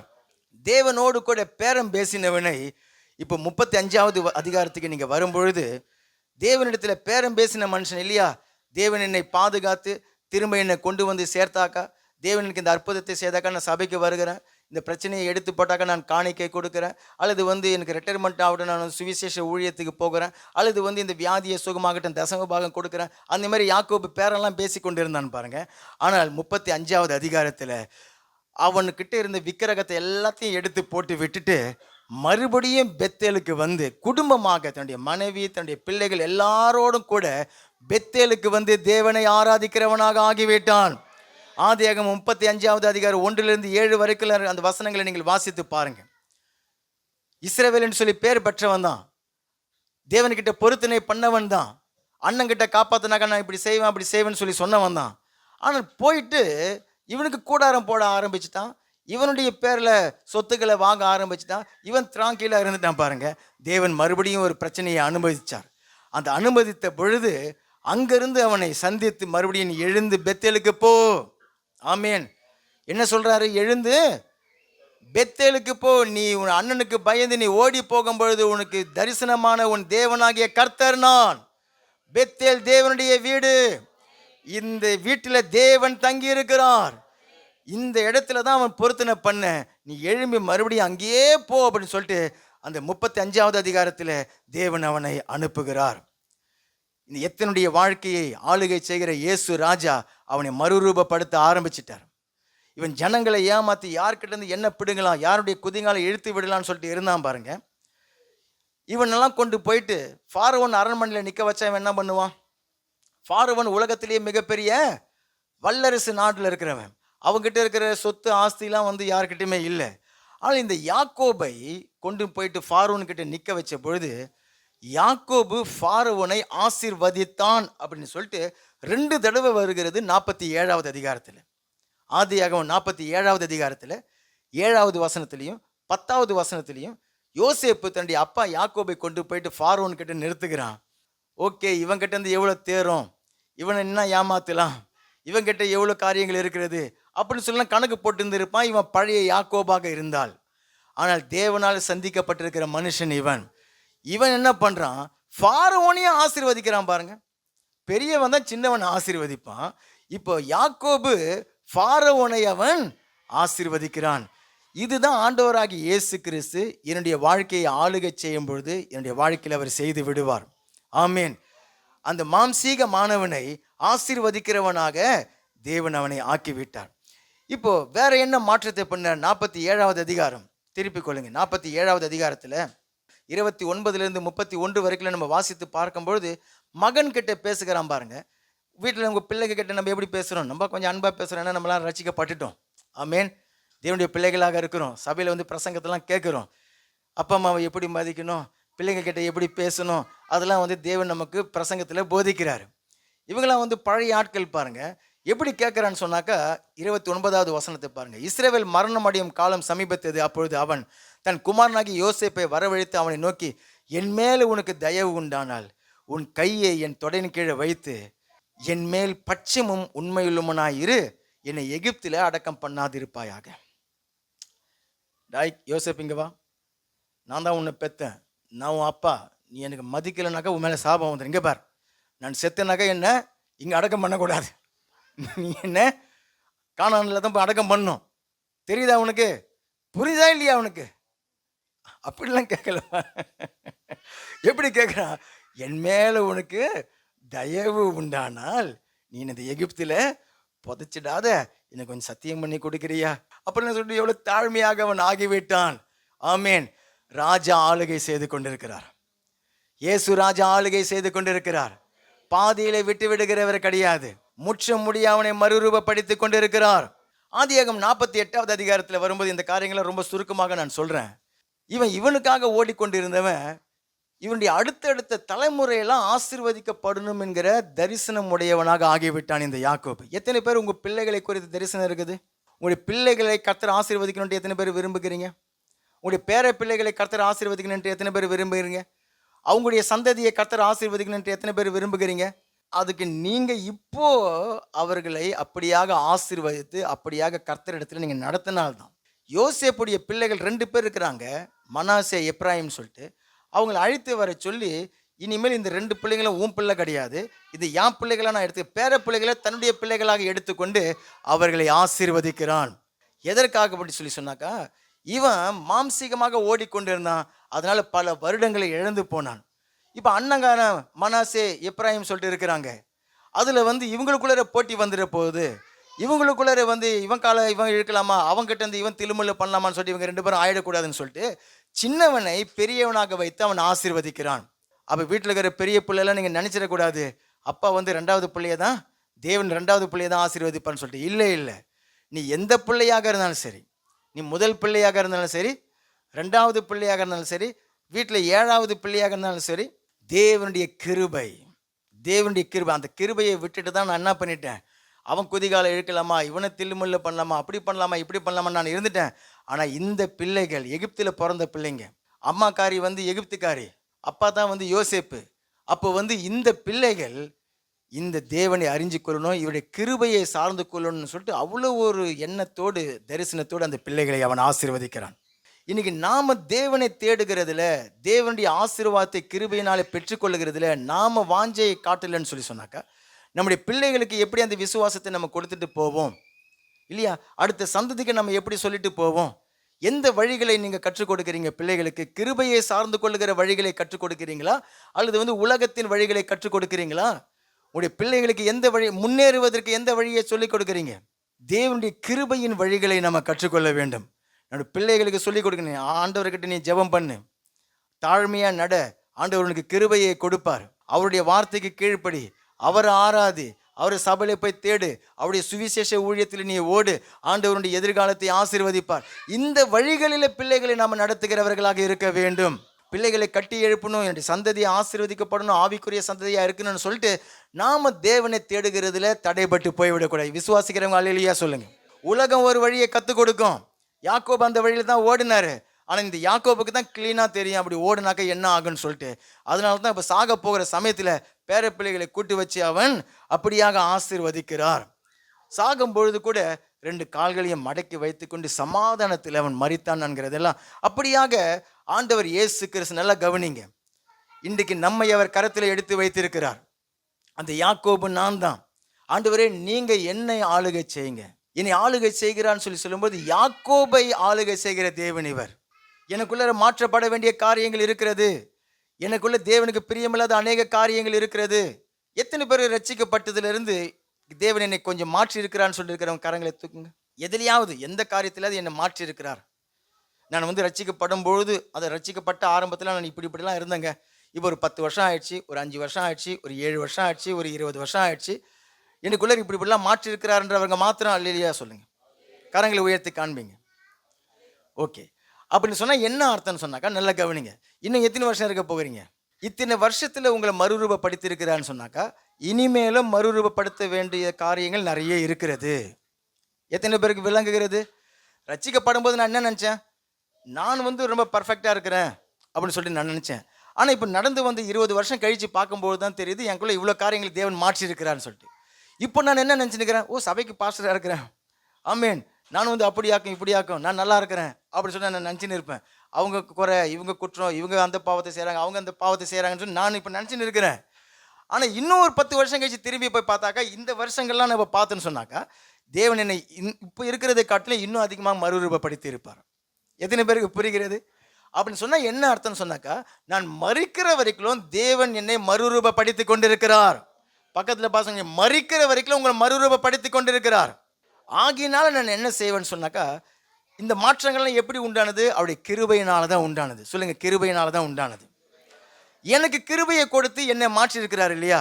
அப்போ அவங்க அந்த ஒரு சகோதரிக்கும் கிருபையை கொடுத்து அவர் மாற்றிட்டு போகட்டும், இல்லை அந்த சகோதரனுக்கு கிருபையை கொடுத்து அவரை மாற்றிட்டு போகட்டும். எனக்கு கிருபை கிடைத்த போது எனக்கு சந்தோஷமா இருந்ததே இல்லையா? என்னை குறை கொண்டு என்னை தள்ளிட்டு இருந்தாக்கா நான் என்ன பண்ணியிருந்திருப்பேன்? என் அக்கிரமத்துக்காக தேவன் சரி கட்டி இருந்தாக்கா நான் என்னவா இருந்திருப்பேன்? ஆதாள பாதாளத்தில் இருந்திருப்பேன். ஆனால் எனக்கு கிருபை கிடைத்து விட்டது, இப்போ நான் சந்தோஷமா இருக்கிறேன், ஊழியம் செய்கிறேன், ஆமேன். ஏன் அவங்களுக்கு கிருபை கிடைச்சிட்டு போகட்டும், மீன் அவங்களுக்கும் கிருபையை கொடுத்து அவங்களையும் மாற்றுவார் தானே, அவருக்கும் கிருபையை கொடுத்து தேவன் மாற்றுவார் தானே. அல்லேலூயா. நான் யாரையும் மாற்ற முடியாது, நீங்கள் யாரையும் மாற்ற முடியாது. கணவன் மனைவியை மாற்ற முடியாது, மனைவி கணவரை மாற்ற முடியாது, பெற்றோர்கள் பிள்ளைகளை மாற்ற முடியாது, பாஸ்டர் சபையை மாற்ற முடியாது, ஆமீன். யாரையாவது நான் மாற்றணும்னு சொன்னாக்கா நான் என்னை தான் மாற்றிக்கொள்ள முடியும். அது கூட உங்களால் தானாக தனியாகவே முடியாது. தேவனுடைய வார்த்தை அதுக்கு வேண்டும், பரிசுத்தாவினுடைய அபிஷேகம் வேண்டும், தேவனுடைய கிருபை வேண்டும், இதில் என்னுடைய ஒத்துழைப்பு வேண்டும், நான் அர்ப்பணிக்கிறதுக்கு வேண்டும். இதெல்லாம் நடந்தால் தான் நானே என்ன மாற்றிக்கொள்வதற்கு வழி உண்டாகும், மறுரூபம் உண்டாகும். அல்லேலூயா. நீங்களும் அந்த மாதிரி தான், நீங்களும் யாரையும் மாற்றிட முடியாது. ஆனால் நம்ம செய்யலாம் மற்றவங்களுக்காக. என்னன்னு சொன்னாக்கா, அவங்களுக்காக நீங்கள் கருத்தோடு ஜெபிக்கலாம். அந்த அனுபவம் இருக்கிறவங்க தான் அப்படி ஜெபிப்பாங்க.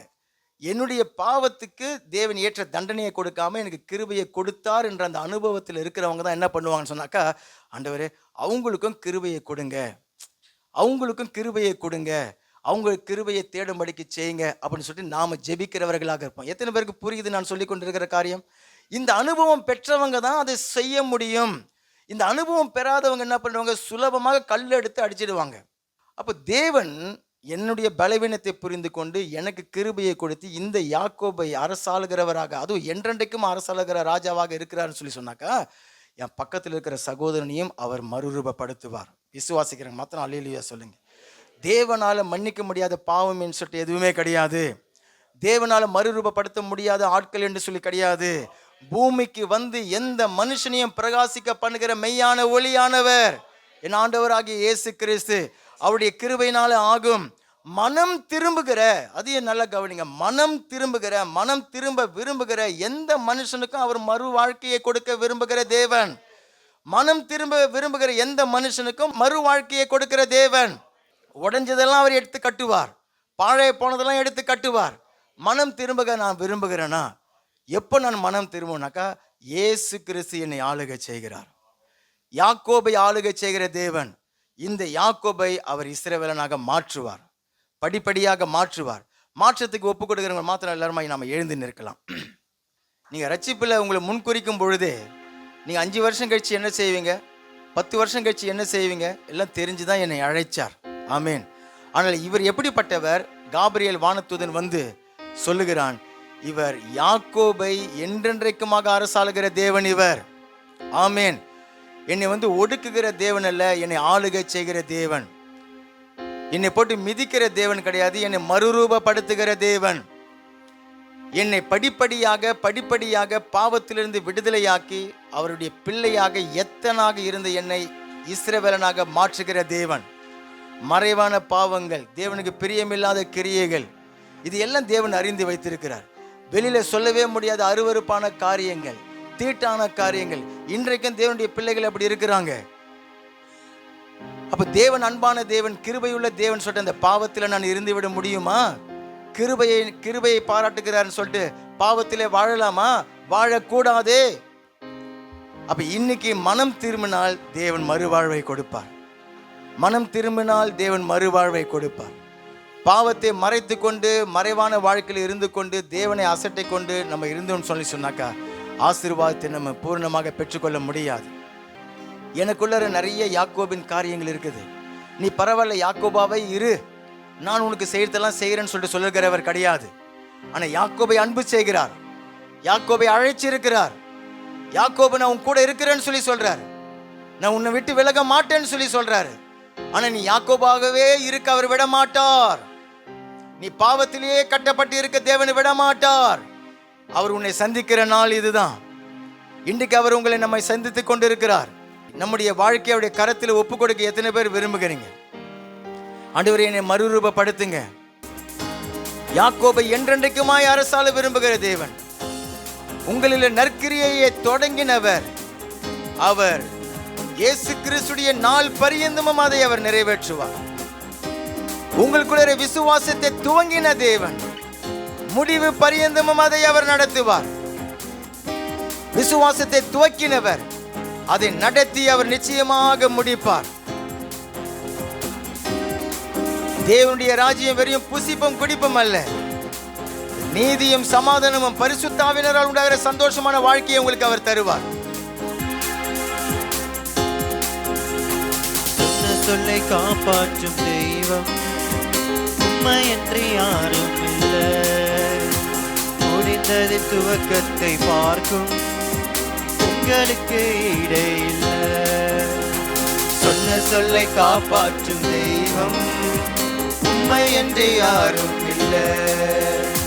முடிந்தது துவக்கத்தை பார்க்கும் உங்களுக்கு ஈடே இல்லை. நீ சொல்லி அமராத புயல் ஒன்றை பார்த்ததில்லை, நீ சொல்லி கேளாத சூழ்நிலை எதுவும் இல்லை.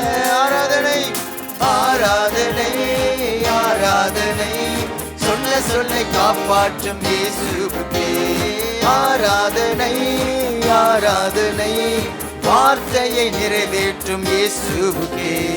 நீர் பாய்ச்சி காப்பாற்றுவே, கைவிட மாட்டேன் என்று நீர் பாய்ச்சி காப்பாற்றுவேன், கைவிட மாட்டேன் என்று நான் வருணிடும் அறிகுறி தோன்றும் முன் வாய்க்காலாய் வருபவரே. நான் வறண்டிடும் அறிகுறி தோன்றும் முன் வாய்க்காலாய் வருபவரே. ஆராதனை ஆராதனை ஆராதனை, சொன்ன சொன்னை காப்பாற்றும் இயேசு